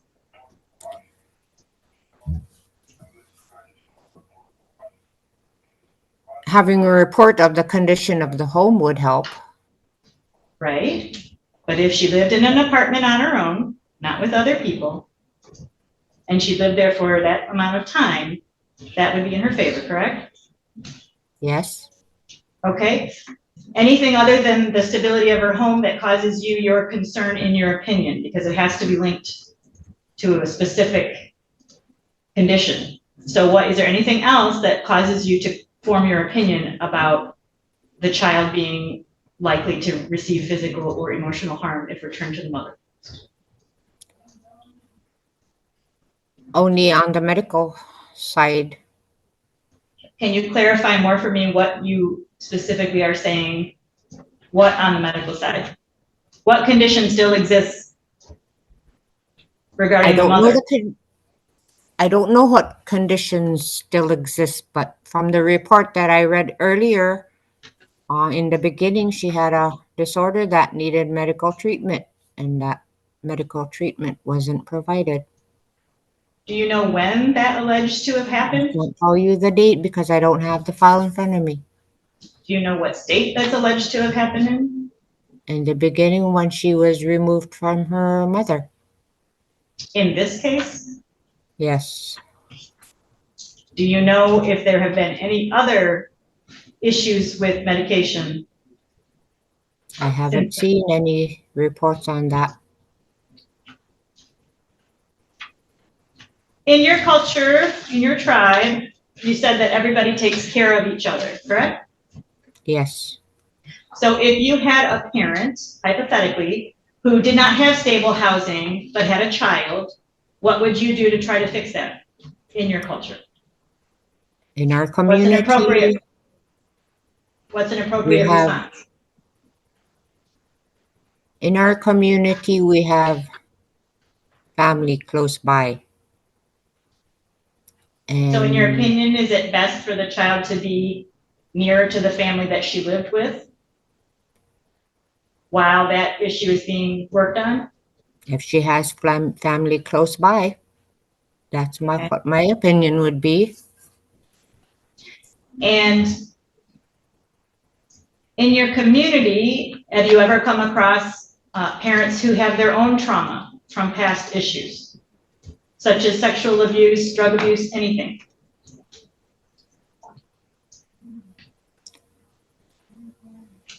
For example, that they have their own trauma issue, which may, in some respects, affect their parenting at times. Have you ever seen that before?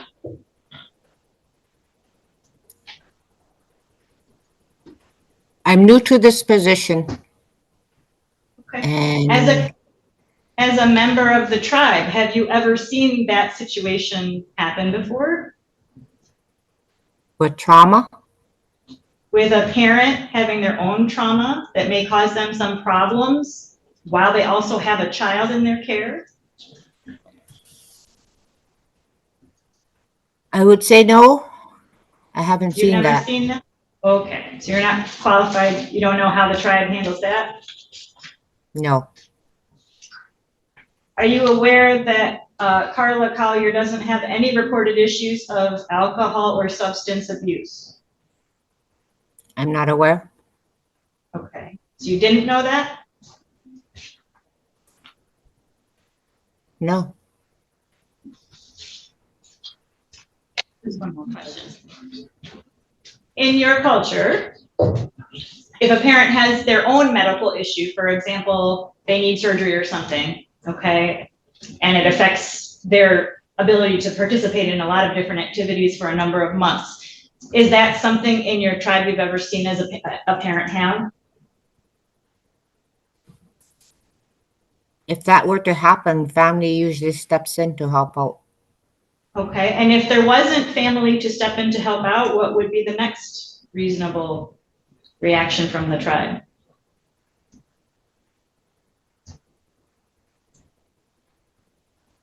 I don't know. I don't have anything further, Judge. Mr. Howard, questions? No, Your Honor. Redirect or any other questions? I should just say Ms. Towns. No, Your Honor, no further questions. Okay, thank you for your time and your testimony, Ms. Gavin. Did you have anybody else you wished us to hear from by way of rebuttal witnesses or anything else, Ms. Thomas? Not this time, Your Honor. Ms. Sedor? Mr. Howard? No, Your Honor. Comments in closing, beginning with Ms. Thomas?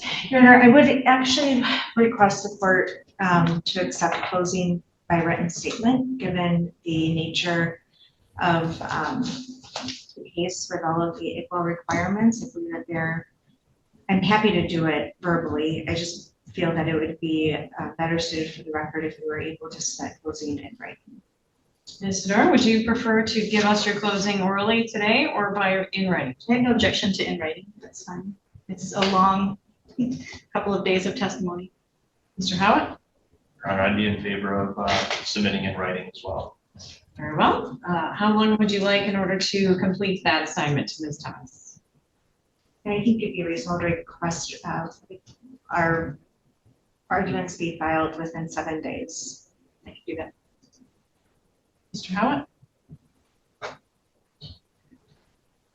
I would just ask by the end of next week, so this. Well, let's round it off and say by August 31st. I'm sorry, file it as soon as September 1st. So that's a Monday. So closings, I would like them by September 1st. And then, Your Honor, would you then rule via writing, or would you have us back in court? I don't know if there's another review date we have to set or what. I suppose some of that will depend on what I receive in closings. So what I would be inclined to do is I'm going to set another review just to keep the case on track, regardless of what happens moving forward. So that we're able to make sure that the case stays active. I'm looking at Monday, November 17th at 1:30 p.m. I think there's a time change for you, Ms. Gavin, but that would be 1:30 our time. All right. All prior orders will remain in full force and effect pending the reception of those results. We would also be inclined to issue a review order based on the information that I've received today. Any objections to that? No, Your Honor. All right, very well. So the court will take the information I have here under advisement. I'll cut a review order, permanency planning order, and have that to you relatively quickly. And that will also document our next review and permanency planning hearing November 17th at 1:30 p.m. Unless there's any questions, that's all for today. Just one more request on behalf of Carla Collier. Would she be able to have telephone contact with her daughter at all? Ms. Thomas?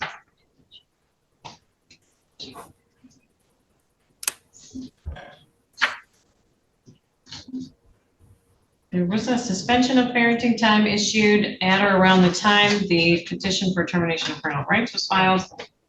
Generally speaking, I would be inclined to extend that unless you have any opinion that would be different than that. Mr. Howard? No, Your Honor, I would wait until the conclusion of the trial before the changes made. Ms. Thomas, any other comments? Your Honor, I wanted to ensure that the child was still in therapy should the court rule otherwise. But at this time, this court had ordered the department to file that termination petition based on mom's lack of engagement and lack of progress. We've also alleged that she's abandoned the child. I think that adding any contact would further confuse the child and cause some emotional and psychological harm. However, if the court is going to allow that contact, we would just ask it be dependent on the child's therapist recommendations. Just to briefly review the file on those points, the court received the file back from Judge Costello at the end of 2024, at which time parenting time was essentially at the discretion of the department. At the first hearing in January of 2025, Ms. Collier did not appear. There had been no progress made on services. She had not had contact with the child, and the department was ordered to commence the petition to terminate parental rights. And as a result of that, actually, in January, she did have supervised contact allowed by court order. And the petition was filed March 21st, 2025.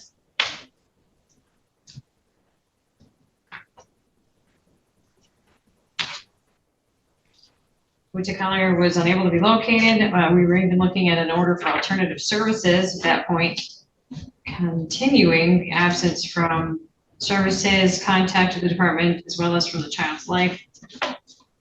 We had, of course, the appearance of Ms. Sador, Carla Collier back again in April.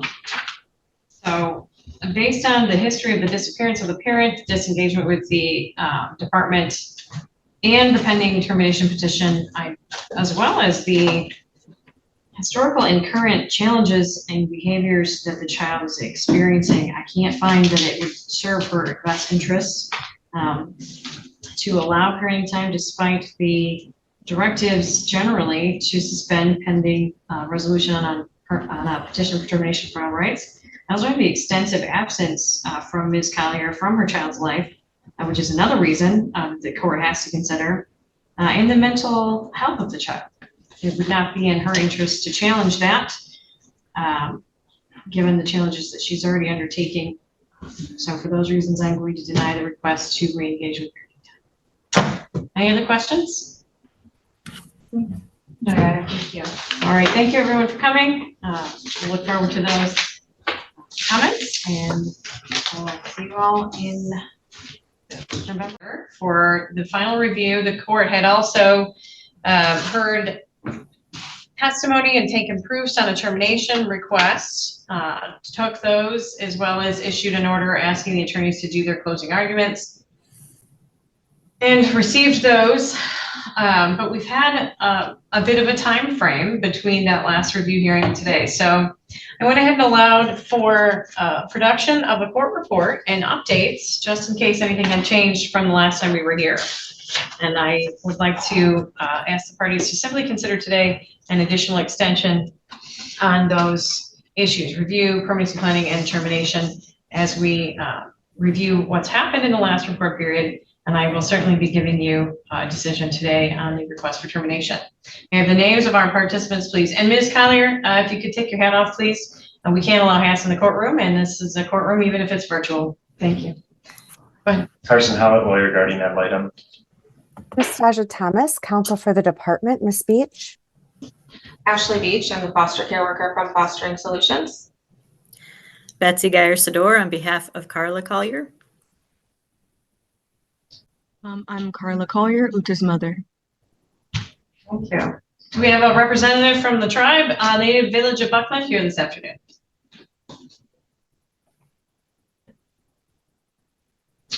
Okay. Do we know do you want to cover that in your testimony today, Ms. Beach, as far as efforts to reach out to them, or what do you think? I can. Okay. I can do that or give an update now, whatever you prefer. All right. Ms. Thomas, do you have a preference or any direction for us on that?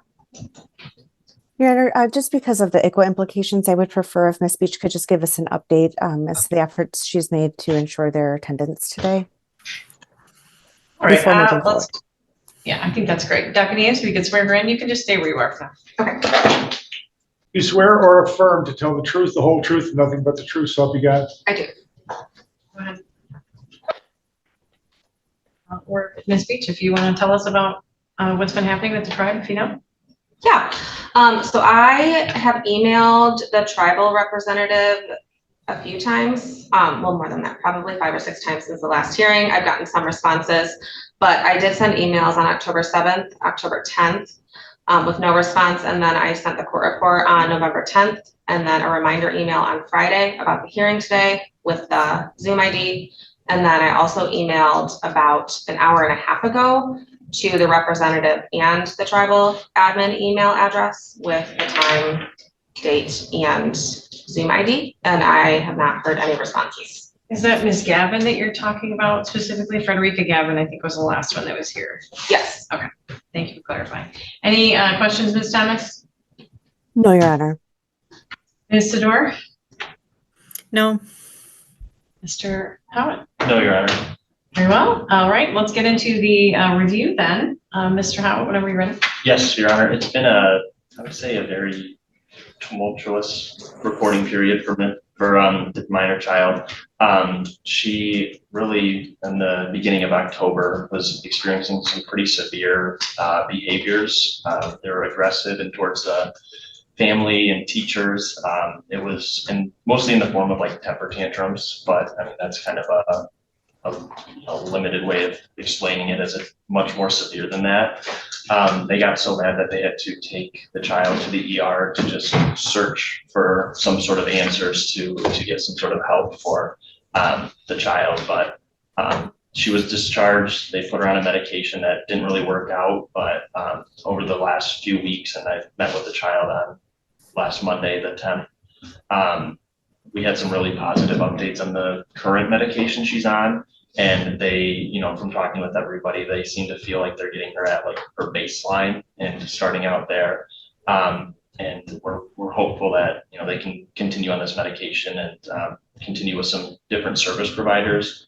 They're in the process of getting her a new, specialized trauma-based therapist, as well as she was diagnosed with autism, and getting her into some ABA therapies to really just continue to work on herself and stabilizing her. When I met with her, she was with her foster sibling, her older foster sibling, and this foster family has a lot going on, and they are kind of very, nice that they're able to prioritize and make time for all of their children in their home. And I think they have 4 kids who are all 7 years old right now. So as you can imagine, and they're all involved in different extracurriculars. And this minor child specifically is started playing ice hockey this reporting period. So I think that's just a really good outlet for her to kind of get into something else and deal with some of her aggression and behaviors that way. She claimed that figure skating was too boring for her. So, but it's, like I said, a very up and down reporting period, but the most recent update is that it's very positive, and this foster placement is doing a really good job of taking care of this child and prioritizing her as if she was, one of their own. So I'm really happy to see that. And it was really nice to see her on last week and get to see those positive updates. Thank you. Thank you. Testimony today from anyone, Ms. Thomas? Thank you, Your Honor. I'll ask Ms. Beach to be sworn in to just briefly provide her report. Thank you. Ms. Beach, come on out to our witness stand. Remain under oath. Ms. Thomas, whenever you're ready. Thank you, Your Honor. Ms. Beach, you've provided a court report for today's hearing. It has several attachments, but I just want to double check to make sure there are no updates or modifications that need to be made to the report or any of the attachments. Not at this time. Okay.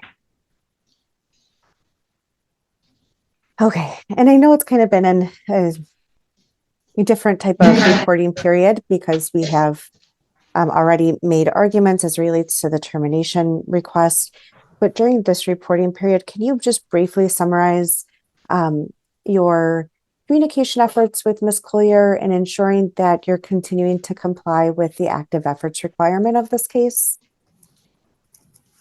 Yes, so I have tried really hard to maintain weekly or every other week contact with Ms. Collier and her attorney via email due to Ms. Collier living in Alaska.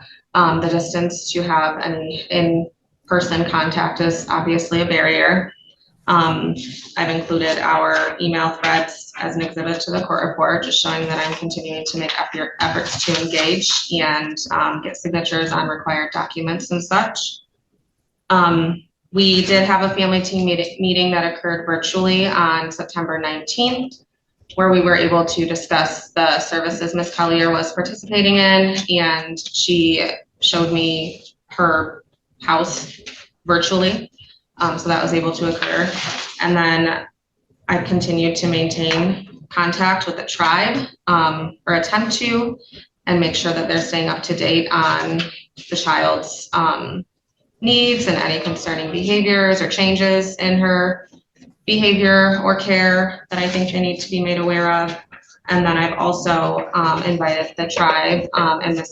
Collier has been invited to participate in meetings with the school to discuss the child's behaviors and educational needs.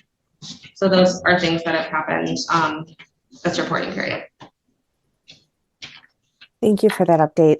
And has there been any significant change of circumstances as relates to Ms. Collier or the child that the court should be aware of that might make the agency or the court reconsider the request for the permanency goal to be adoption at this time? I don't believe so. Okay. I know that in the report, there was some indication from Ms. Collier's, I'm not clear if it's her therapist or a service provider liaison individual regarding her physical health and that being addressed more recently. Have you been able to get any of those medical records at this time? I have not. Okay. And has there been any change to the stability of the child's placement? No, the placement remains committed to the child and has shown that they are able to meet any needs that arise. Okay. And I know that in the report, Ms. Bloom has also indicated several times if, adoption is in fact what is going to happen for the child, that she would like to be considered. Is there any movement on an ICPC request at this time, or have you been waiting for the court's opinion?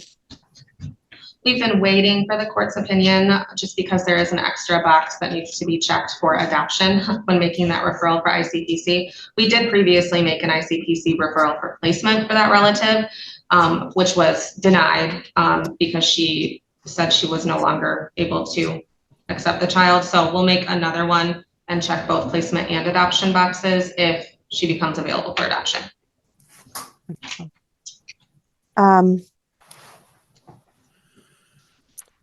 I don't have any further questions related to your court report, but if there's any information that you'd like to highlight from it or your knowledge of the case, please go ahead and do so at this time. Just that I have maintained contact with Rebecca Sullivan through Love Alaska this reporting period. She's a case manager for Ms. Collier, but I haven't been able to get in contact with her individual therapist because I don't have a release signed.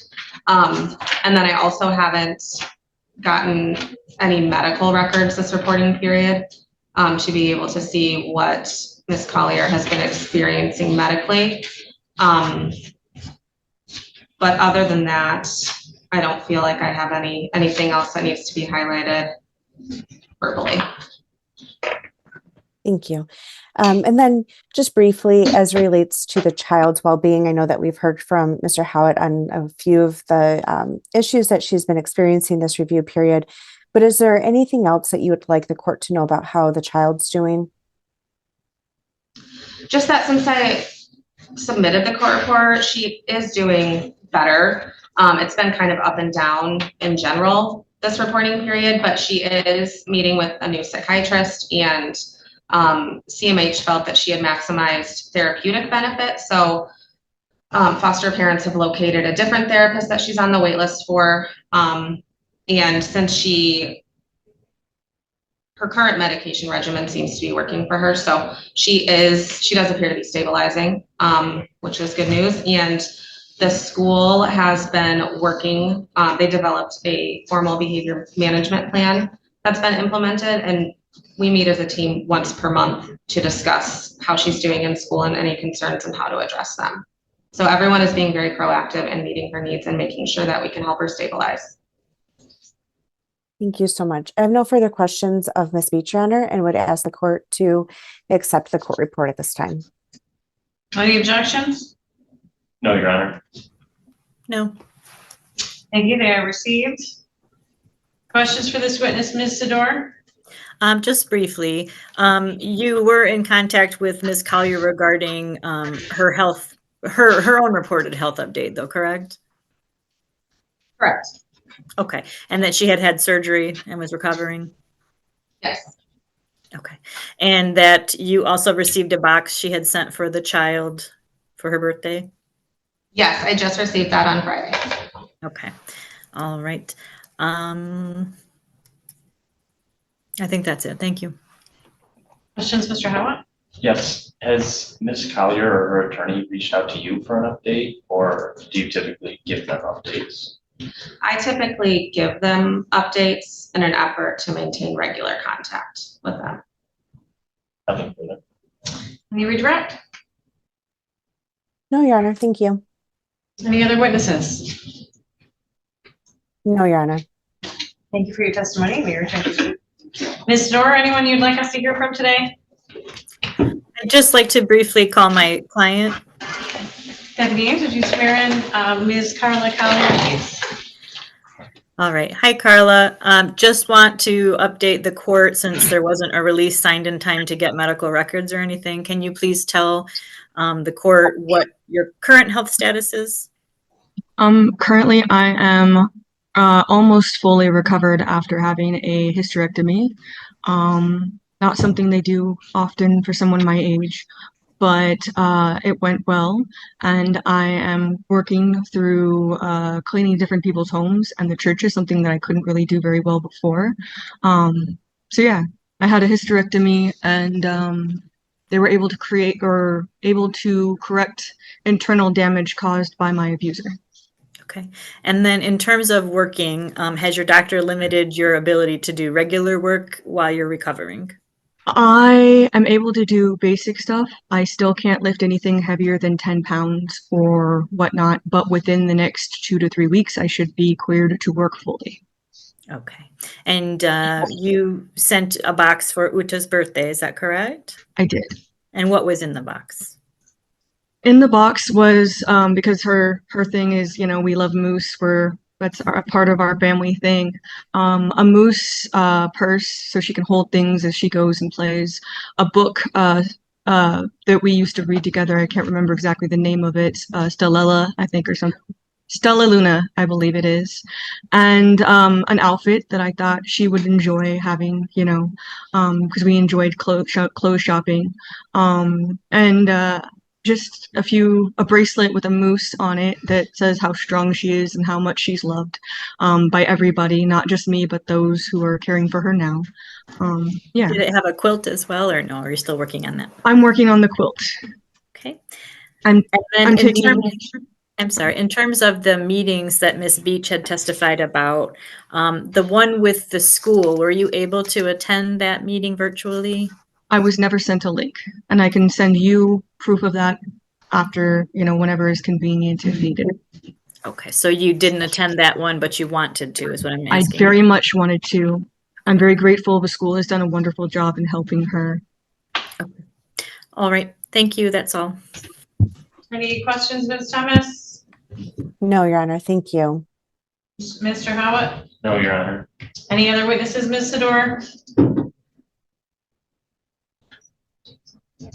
No, sorry. Thanks. Mr. Howard, anyone you'd like us to hear from? No, Your Honor. Very well. Comments in closing, beginning with Ms. Thomas. Your Honor, we are just requesting or renewing our request for the relief put in our petition. I think at this time, the child has waited a significant amount of time to achieve permanency and finality. And I'm grateful for Ms. Collier taking the opportunity to give the child what sounds like a really meaningful gift basket for her birthday. And that mom's able to address her own physical health needs at this time. However, given the length of the time that this case has been open, the active efforts that were employed, I don't believe that there's a significant change of circumstances in which we could, in good faith, ask the court to withdraw our request for termination to allow the child to be adopted. And so we are just asking the court to issue its ruling so that this child can move forward. Thank you. Mr. Howard. Oh, I'm sorry. Let's go to Ms. Sador first in case there's anything you want to respond to. Ms. Sador. We would still rely on our closing statements that were written that we submitted after the trial. We are awaiting a ruling. And again, we would ask that you deny the termination petition. Thank you. For purposes of the review and permanency planning hearing, the court finds all interested parties are given notice for purposes of today's hearing. The hearing is consolidated and continued termination consideration request as well. The child continues to be in the safest and least restrictive placement with the necessary and appropriate goal of adoption in this case. She continues to struggle mightily with some of the diagnoses that she suffers, some potentially identified as genetic at this point, but many more that have been documented by different service providers and analysts, including through trauma assessments, psychological evaluations, IEP evaluations, and just regular interaction with her, as certainly being outgrowth of the trauma that she suffered before being removed from the care of her mother September 1st, 2023, just before the age of 4. So the lack of progress on the case services plan continues to be persistent. The active efforts of our agency are certainly above and beyond even, I think, what has been considered in many other cases. And so I do want to take a moment to recognize those efforts. A good example that Ms. Beach highlighted in her testimony is that weekly or bi-weekly reach out. Typically, last time I checked, at least the foster care manual indicates once a month reaching out. Certainly not weekly or bi-weekly, certainly not emailing updates and invitations at the frequency that the department has done so. And especially in this case where we had a significant period of complete disengagement, I just want to say that I really think that the professionalism of this agency has really been highlighted in this case by their willingness to re-engage. Francesca Madrid and some of the other caseworkers, I'm sure as well, suffered through a lot of accusations and very difficult parenting time sessions.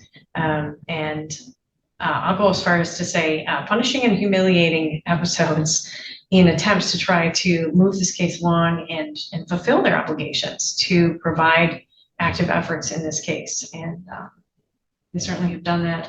And the child has benefited from that at least, but there has been no significant benefit that would allow me to find that the risk of harm associated with returning this child to the parent has been alleviated. And I'll articulate more of that in the written opinion that I have before me today, that I will read onto the record so that you all won't have to wait for this to come to you by email or by mail, and you'll have a thorough decision on that point.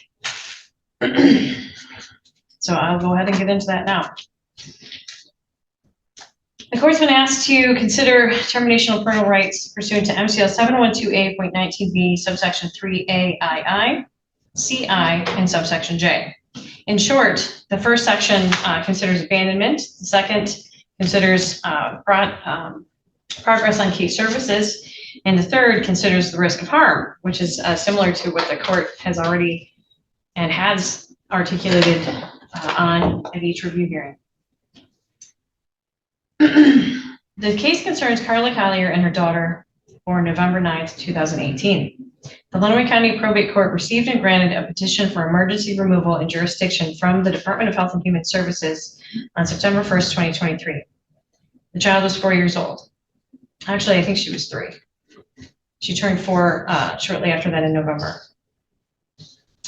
The preliminary hearing was conducted over several dates, September 1st, September 25th, and October 4th, 2023. The caseworker testified. The case was immediately recognized for ICWA considerations, and the native village of Buckland, Alaska was asked to join. The QEW for the tribe agreed that removal was appropriate, of paramount importance for the following issues. And I just want to pause for a moment here and say I understand the tribe's not with us today, but there was extensive cross-examination of the QEW, the same qualified person. I'll note, Ms. Gavin was the QEW at the outset of this case and also was present at the last hearing. And there haven't been significant changes in those circumstances that would require me to require the tribe to reappear to articulate the same findings, because nothing's really changed. So I'm moving forward even without the tribe today because of those reasons. And I think the comments by the tribal representative last time that are considered later on in this opinion also support that, which is, in her opinion, 6 months would have been sufficient rather than the nearly 25-month mark that we are at now. So back to the findings. Of importance for the following issues. 1, transience and homelessness. The September 1st, 2023 petition indicated that Carla Collier had lived in 10 states in 2 years, had gone from shelter to shelter, and was even attempting to turn her child over to a person in Canada whose identity was unable to be confirmed. After the filing of the petition, this pattern continued. At the September 1st, 2023 preliminary hearing, Carla Collier was found in Adrian at a hotel funded by the MDHHS on a temporary basis, since she had been asked to leave the local domestic violence shelter. At the continued preliminary hearing on September 25th, 2023, she appeared from a campground in Kentucky. At the second continuation of prelim on October 4th, 2023, she was somewhere in Seattle, Washington. At the time she entered her no contest plea, she was still somewhere in the state of Washington. There was no city or address specifically offered at that time, and that was November 3rd of 2023. Paragraph 2, child abuse concerns. Both while she was at Catherine Cobb Shelter in Adrian, Michigan, as well as when the child was removed in the state of Washington, there were concerns for physical discipline that was abusive, including things like food deprivation in response to trauma behaviors, inappropriate discipline for trauma-related behaviors, and mental health issues, including potential sexual abuse at a very young age, when she, quote, left the child with her ex-partner at his residence in Alaska for 2 weeks, with 16 other individuals coming in and out of the house who were alleged to have sexually abused her while Carla was staying at a local hospital. And that was an excerpt from the petition, which was drawn from the records in Washington. 3, child neglect concerns. Records reflected removal for 6 months in Washington state for these and other concerns, including failure to ensure seizure medications for her child. 4, improper parenting. When mother and child arrived in Adrian, she was reported for concerning parenting while staying at the local Catherine Cobb domestic violence shelter. MDHHS attempts to prevent removal included programming called Families First, as well as support from the staff at the Catherine Cobb domestic violence shelter in Adrian, Michigan. Despite these efforts, she was asked to leave, having refused to cooperate with the rules of the shelter, refused to change any dangerous parenting patterns, and even referring to another resident's Black child as an animal at the end of her stay. On November 3rd, 2023, respondent Carla Collier asked to enter a no contest plea, asking the court to take judicial notice of the testimony offered by the department at the preliminary hearings and effectively admitting the facts outlined in the petition. At that hearing, the tribe did not appear, despite notice, so the court took the plea under advisement. Even at this early juncture, however, parenting time had to be reviewed and reduced due to behaviors triggered during and by mother's virtual visits. Observations of the child included, quote, she repeatedly yells she wants to end the call. She gives looks to the workers when we try to fix the phone for her to be able to see mom. She will purposefully not answer, and then just immediately after the visit, I struggle to redirect her and get her to settle down again. And then there are the reported behaviors from the foster parents in the home, end quote. The child at age 4, at this point, expressed self-harming behaviors and struggled with even seeing her mother on the screen without a negative reaction, both visibly and audibly. She would repeatedly slam her head against a wall, tantrum, refusing to allow anyone to help her. Compounding frustration from caregivers and the child, mother simply ignored her child's feelings expressed during these visits. The foster care caseworker was already acting quickly on referrals for the child. Trauma assessment was scheduled for 11/28 of 23. The child was already being seen by Mia Hamden of Lenawee Community Mental Health Authority for play therapy and scheduled EMDR. But this professional did not want to weigh in on parenting time. The court confirmed the worker should find another professional to weigh in to assist in addressing future parenting structure. But to preserve the child's mental health and physical, the court reduced contact between mother and child. On November 17th, 2023, a disposition order entered with a case service plan for Carla Collier aimed at reunification. Carla Collier had returned to Adrian and was staying in a homeless shelter. She continued struggling with transportation, housing, employment, and had not engaged in voluntary services as of yet. The child remained eligible for enrollment in the village of Buckland with her father's family out of Buckland, Alaska, and efforts to complete registration were underway, as well as out-of-state relative placement inquiries. Mother was asked to undertake psychological evaluation to help discern and overcome the reasons for her failure to benefit from prior services in parenting education and to help stabilize her own life. She was asked to establish a safe and stable environment for herself and her child, including housing, employment, parenting education, and other services. Regular quarterly reviews were conducted until the supplemental petition for termination of parental rights was filed on March 21st, 2025. Initially, Carla Collier was engaged in making efforts to undertake difficult therapeutic work to reunify with her daughter. At the first regular review hearing in February of 2024, she was still in Adrian living with a friend, working at Chipotle, and seemed to be safe during parenting time and bonded with the child. She was engaged in CMH therapy, including EMDR, trauma-informed parenting classes, and participating in UTIS trauma assessment. She even completed her own psychological evaluation February 5th of 2024. There were still significant concerning incidents, however, including threatening to kill Cameron Kuzich, the Child Protection Services investigator, and another CMH caseworker. She was also insisting she wanted the child raised Norse pagan and wanted her child singled out against Christian prayers and chapels at school. The tribe was also, unfortunately, continuing to be absent for reviews, but it was clear the foster care caseworker was using active efforts in engaging mother, providing transportation, ensuring frequent and regular interaction with mother, hands-on assistance in applying for housing, employment, and other referrals. Meanwhile, the child's story continued to unfold only to demonstrate increasing special needs and complicated trauma-based behaviors. She was reportedly doing well in her placement, despite a PTSD diagnosis from the trauma assessment initial analysis. She continued to frequently demonstrate aggression towards others. becoming easily overwhelmed, and needed regular use of isolated safe spaces. Supported in visitation using family therapy, including a referral for attachment therapy with mother. She was engaged in occupational therapy for sensory processing work and work on fine motor skills for delays, for developmental delays. At the second review, May 16th, 2024, mother remained living with a quote support person. Yes, quote, we weren't sure how many people were living there or who was living there. She was still employed part-time at the local Adrian Chipotle, exercising limited supervised parenting time. There were uncommon concerns about a quote support person quote for mother who had to be delivered a cease and desist letter from the department, and I think it was actually the agency, for hundreds of accusatory text messages, complaints, and harassment. This person, unsurprisingly, was prohibited from being around the child.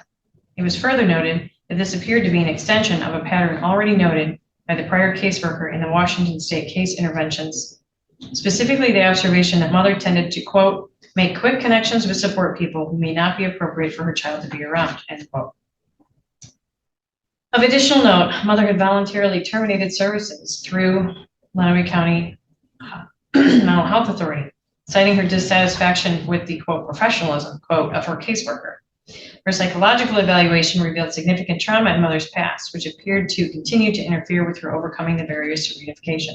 A psychiatric evaluation from Adrian Counseling and Psychiatric noted, quote, she has the following diagnoses: major depressive disorder, recurrent, moderate, generalized anxiety disorder, attention deficit hyperactivity disorder, combined type, and post-traumatic stress disorder, chronic, end quote. Several medications were indicated. It was clear she needed to continue and even double down her efforts. Despite her child removed from her care September 1st, 2023, by May 16th, 2024, she still had no independent housing, no income sufficient to support herself without an arguably dangerous support person, and no regular or sustained individual therapy progress. She had no transportation, and a strange and continuing pattern of involvement with people who compromised her progress with caseworkers, therapists, and referral service providers. She also seemed to be fixated on ensuring the child was safeguarded against understanding or practicing Christianity, effectively undermining the placement's efforts to provide private Christian school education for the child and participation in foster family activities like church on Sunday mornings. There were concerns about her referring to someone her child never met as daddy during parenting time, and use of some language she claimed only her and her daughter knew. Mother had demonstrated stability in only one area in this extended review period, maintaining part-time employment at Chipotle. Her efforts to undermine the stability of her child's placement with special requests to change school, daycare, and avoid church were not enough to distract the court from recognition of her lack of progress during the report period, and the child remained in foster care. The trauma assessment indicated, quote, an insecure, ambivalent attachment style, quote, between Carla and her child, which did seem to reflect the very real pattern for Carla of being radically present in some ways and radically unreliable in others.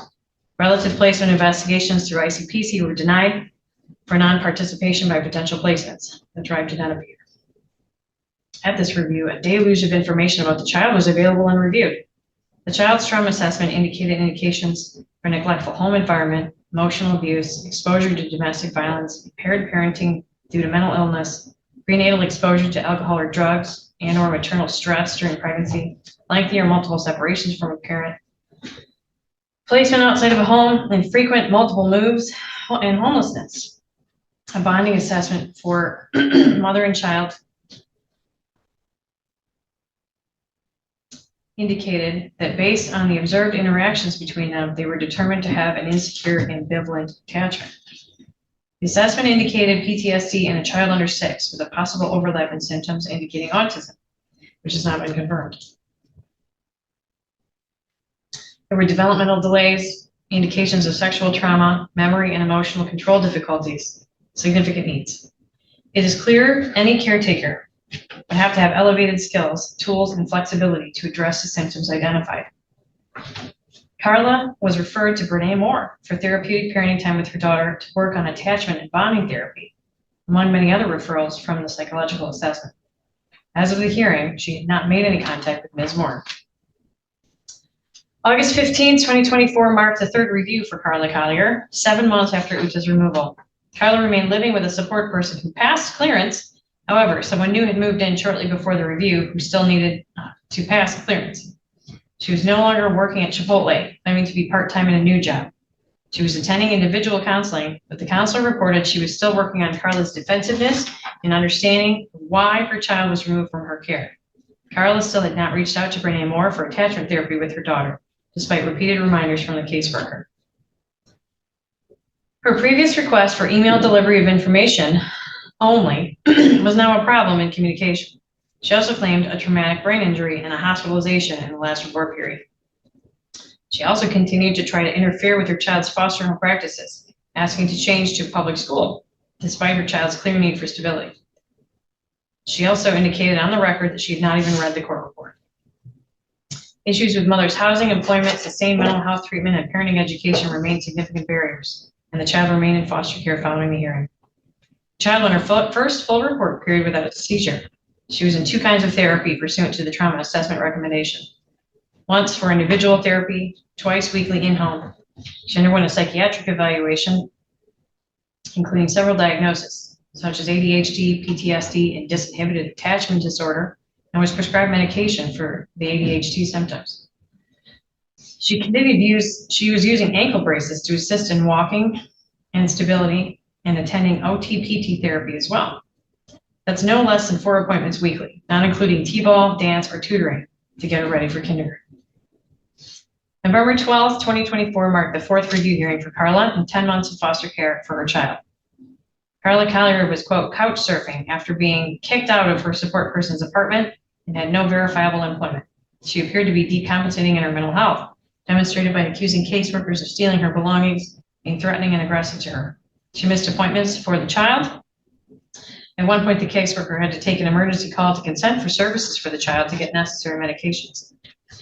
She was dropped from the supportive visitation program for lack of participation. She had attended the intake appointment with Brene Moore for attachment therapy, and I'll note here that the caseworker drove her to that appointment. But when she got there, she stated she did not know why she was there and never followed through. That was from the report period. Most painfully, she stopped visiting with her child abruptly as of October 21st, 2024, claiming, quote, that if she didn't get a new caseworker, she wasn't going to be working with the agency or visiting with her child, end quote. The court report contained many other examples of Carla's intentional negative commentary, and even one episode of complete emotional dysregulation and screaming at caseworkers. The caseworker had to ask for her visits to be suspended due to the effect these behaviors and missed visits were having on the child's mental health. The child made gains during that report period, transitioning into kindergarten well. She had reduced reliance on her ankle braces and only had 1 non-emergency seizure that report period. She still attended weekly PT, OT, and individual therapy with psychiatric supports and had her educational IEP in place as well. The agency was asking for a goal change to adoption, which was not addressed on the record that day. The order reflected continued placement in foster care appropriately due to lack of housing, financial support, and other circumstances reviewed by the court constituting substantial risk of harm in returning the child to Carla. The January 27, 2025 review and permanency planning hearing was the 6th review for Carla. Unfortunately, she appeared to be in the downward trend of stability, with unknown housing, no employment, and a complete disengagement from services, and no contact with the department or her daughter after some very vitriolic text messages sent November 14th and November 30th, 2024. The goal was changed to adoption for the child. She was 6 years old and had been living with her foster family for 16 consecutive months. She appeared to be still gaining progress due to the stability and service supports in place. She had only a singular seizure, was still participating in OT, PT, psychiatric care, and therapies through CMH. She missed her mother and openly spoke about it at school. The school continued to support her as well with IEP reviews and accommodations for behaviors when she struggled. The department was ordered to file a termination petition at that review. The petition was filed March 21st, 2025. By the time the supplemental petition was filed, in addition to the issues identified at adjudication, the child's father had released his parental rights and her mother had effectively abandoned her. Following the filing of the petition for termination, respondent parent Carla Collier resurfaced from a church in Alaska that had allowed her to reside in an apartment on the grounds, provided her retained legal representation and even transportation from Alaska for hearings. She reemerged on the back of this new support system for the remainder of these hearings, starting with the April 21st, 2025 hearing. Carla Collier reappeared in person with a retained attorney from this new set of, okay, that's good. She came in person for at least one of the hearings.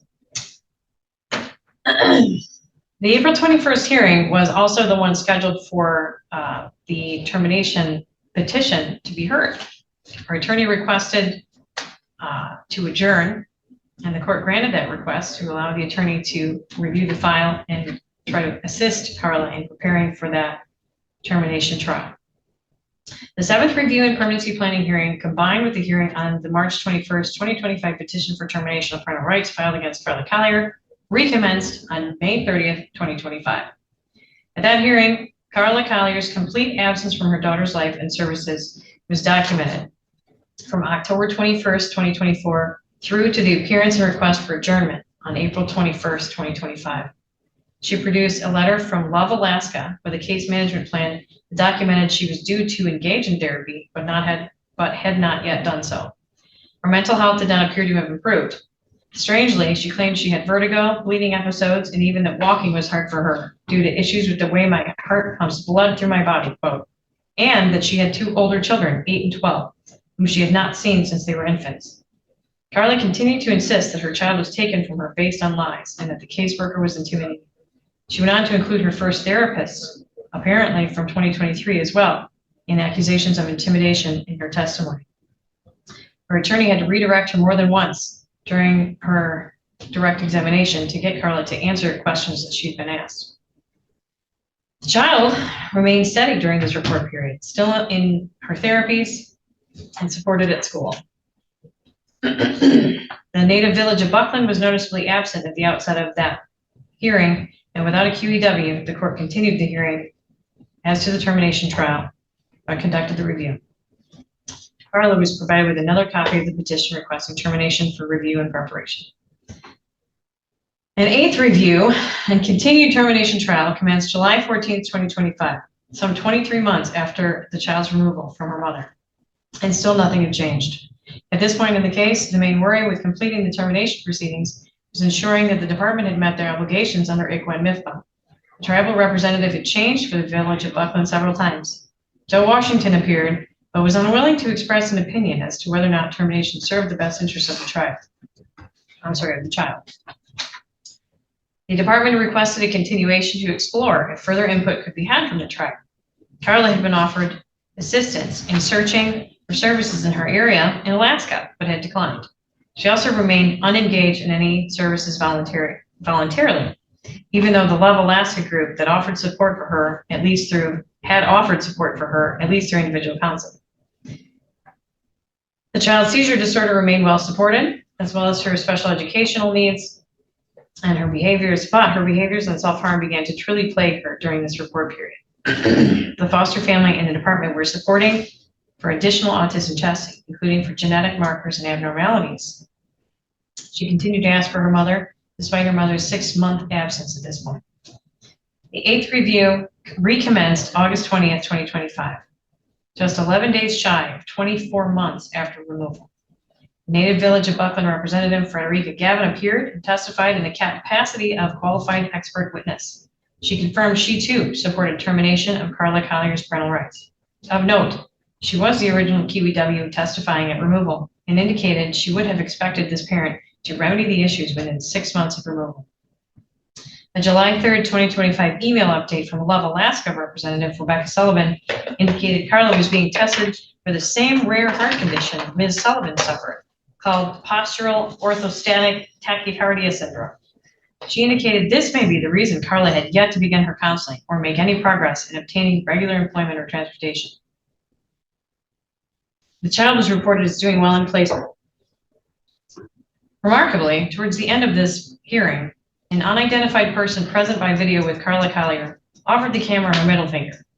Frankly, this was consistent with Carla's involvement with the Michigan courts and the agency, but still surprising. Due to the attorneys in the court engaged in conducting the hearing, the gesture initially went unnoticed. The court allowed the parties to submit written closing arguments and indicated a written opinion would be forthcoming, but scheduled the next review and continuation of the trial as well. This final review is held November 17th, 2025. Altogether, Carla Collier was given over 25 months to rectify the conditions that brought her daughter into foster care. She remained without employment, wholly dependent on the goodwill of the church in Alaska for housing, and without any engagement in services in the last report period. She still struggles mightily, the child still struggles mightily with the effects of her mother's parenting in the first few years of her life. Her seizure disorder is well maintained, but treatment for delays and trauma behaviors continues to be a winding maze for her and her foster family. Outward progress is significant for her and requires enormous support, analysis, and services from all the people in her life. Return to Carla Collier, who has made no progress and insists her daughter was taken from her based on lies, would most certainly put her in harm's way again. Very real physical, mental, and emotional danger.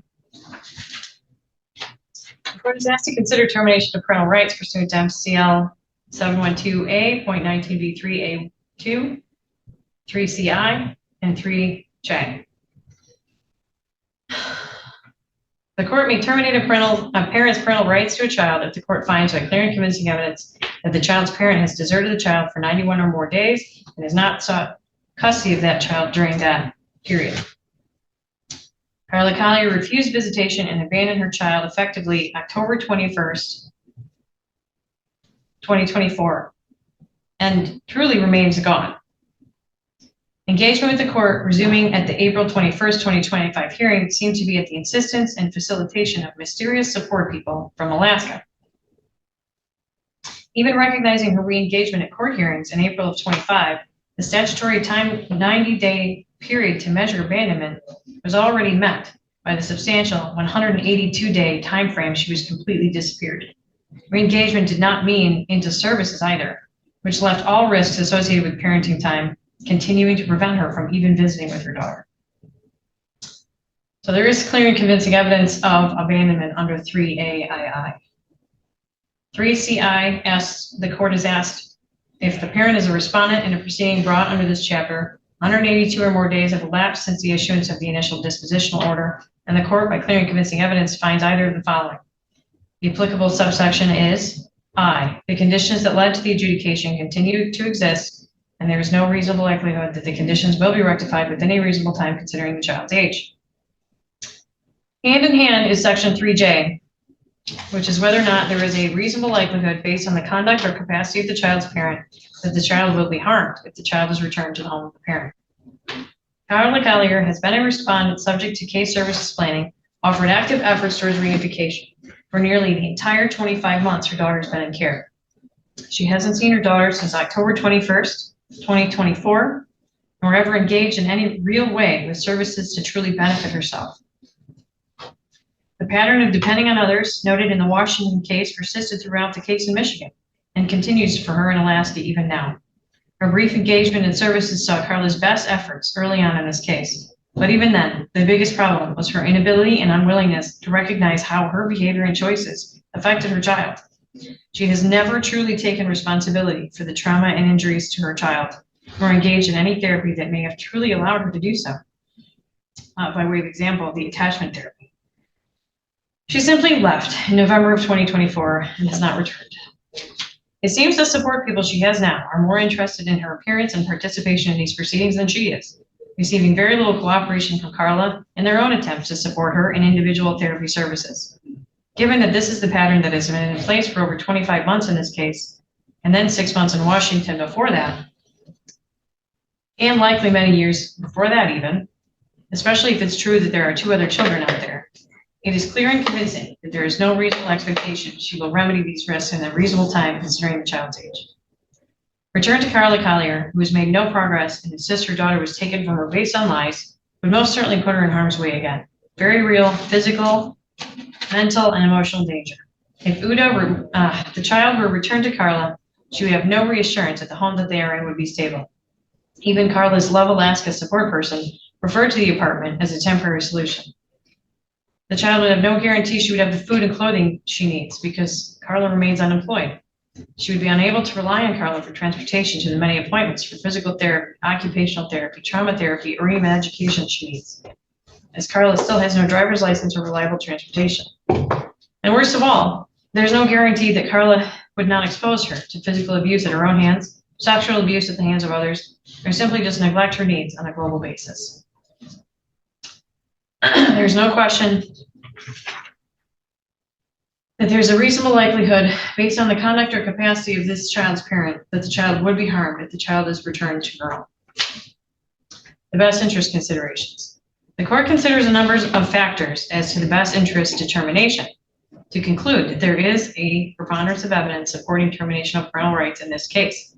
The summary in the November 10th, 2025 court report highlights important considerations as to the child's special needs. And I'm quoting the speech here.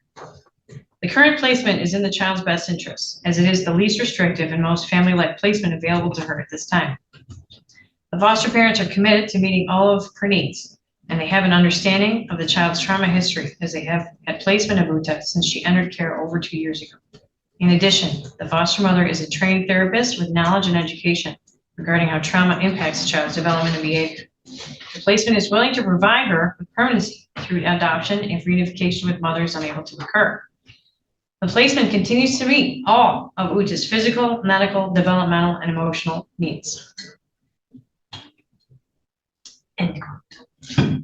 The lawyer guardian ad litem offered support for termination in his closing arguments and in support of the goal change many months ago. Finally, the QEW for the native village of Buckland also supports termination, rounding out all available experts considered in this case. There's also the matter of the parent-child bond to consider. The attachment between this mother and child was characterized early on, quote, an insecure, ambivalent attachment style, quote, between Carla and the child. Signaling the child and mother did have affection for one another, but it was characterized by mother's inconsistency, danger during periods of untreated mental health, lack of parenting skills for her special needs child, and even her negligence in allowing sexual trauma against her daughter in the past. The child seemed unfazed by some of her mother's very real emotional outbursts, behavior during visitation, further supporting this court's conclusion that the bond between mother and child caused more harm than good for Uta. She refers to her biological mother as Carla and to her foster parent as mother. She looks to her foster mother to provide the many services, both regularly and extraordinarily, and the foster home has gone above and beyond to secure evaluations, therapies, extracurricular activities, and even private school education for the child. Welcoming her into their family, never giving up on her when her behaviors make it heartbreakingly difficult. They have introduced her to Native traditions, maintained connections with her family, Native family members, secured as much information about her heritage as possible, and even honored Carla's request to introduce her to Norse pagan practices, hanging Native and Norse pagan prayers up and engaging with her to ensure she understands them. She has bonded with the sibship she's a part of in her foster home, a stark contrast against the opportunity to attempt to engage with her own biological siblings mentioned by her mother, if it is really true that Carla Collier has 2 other older children.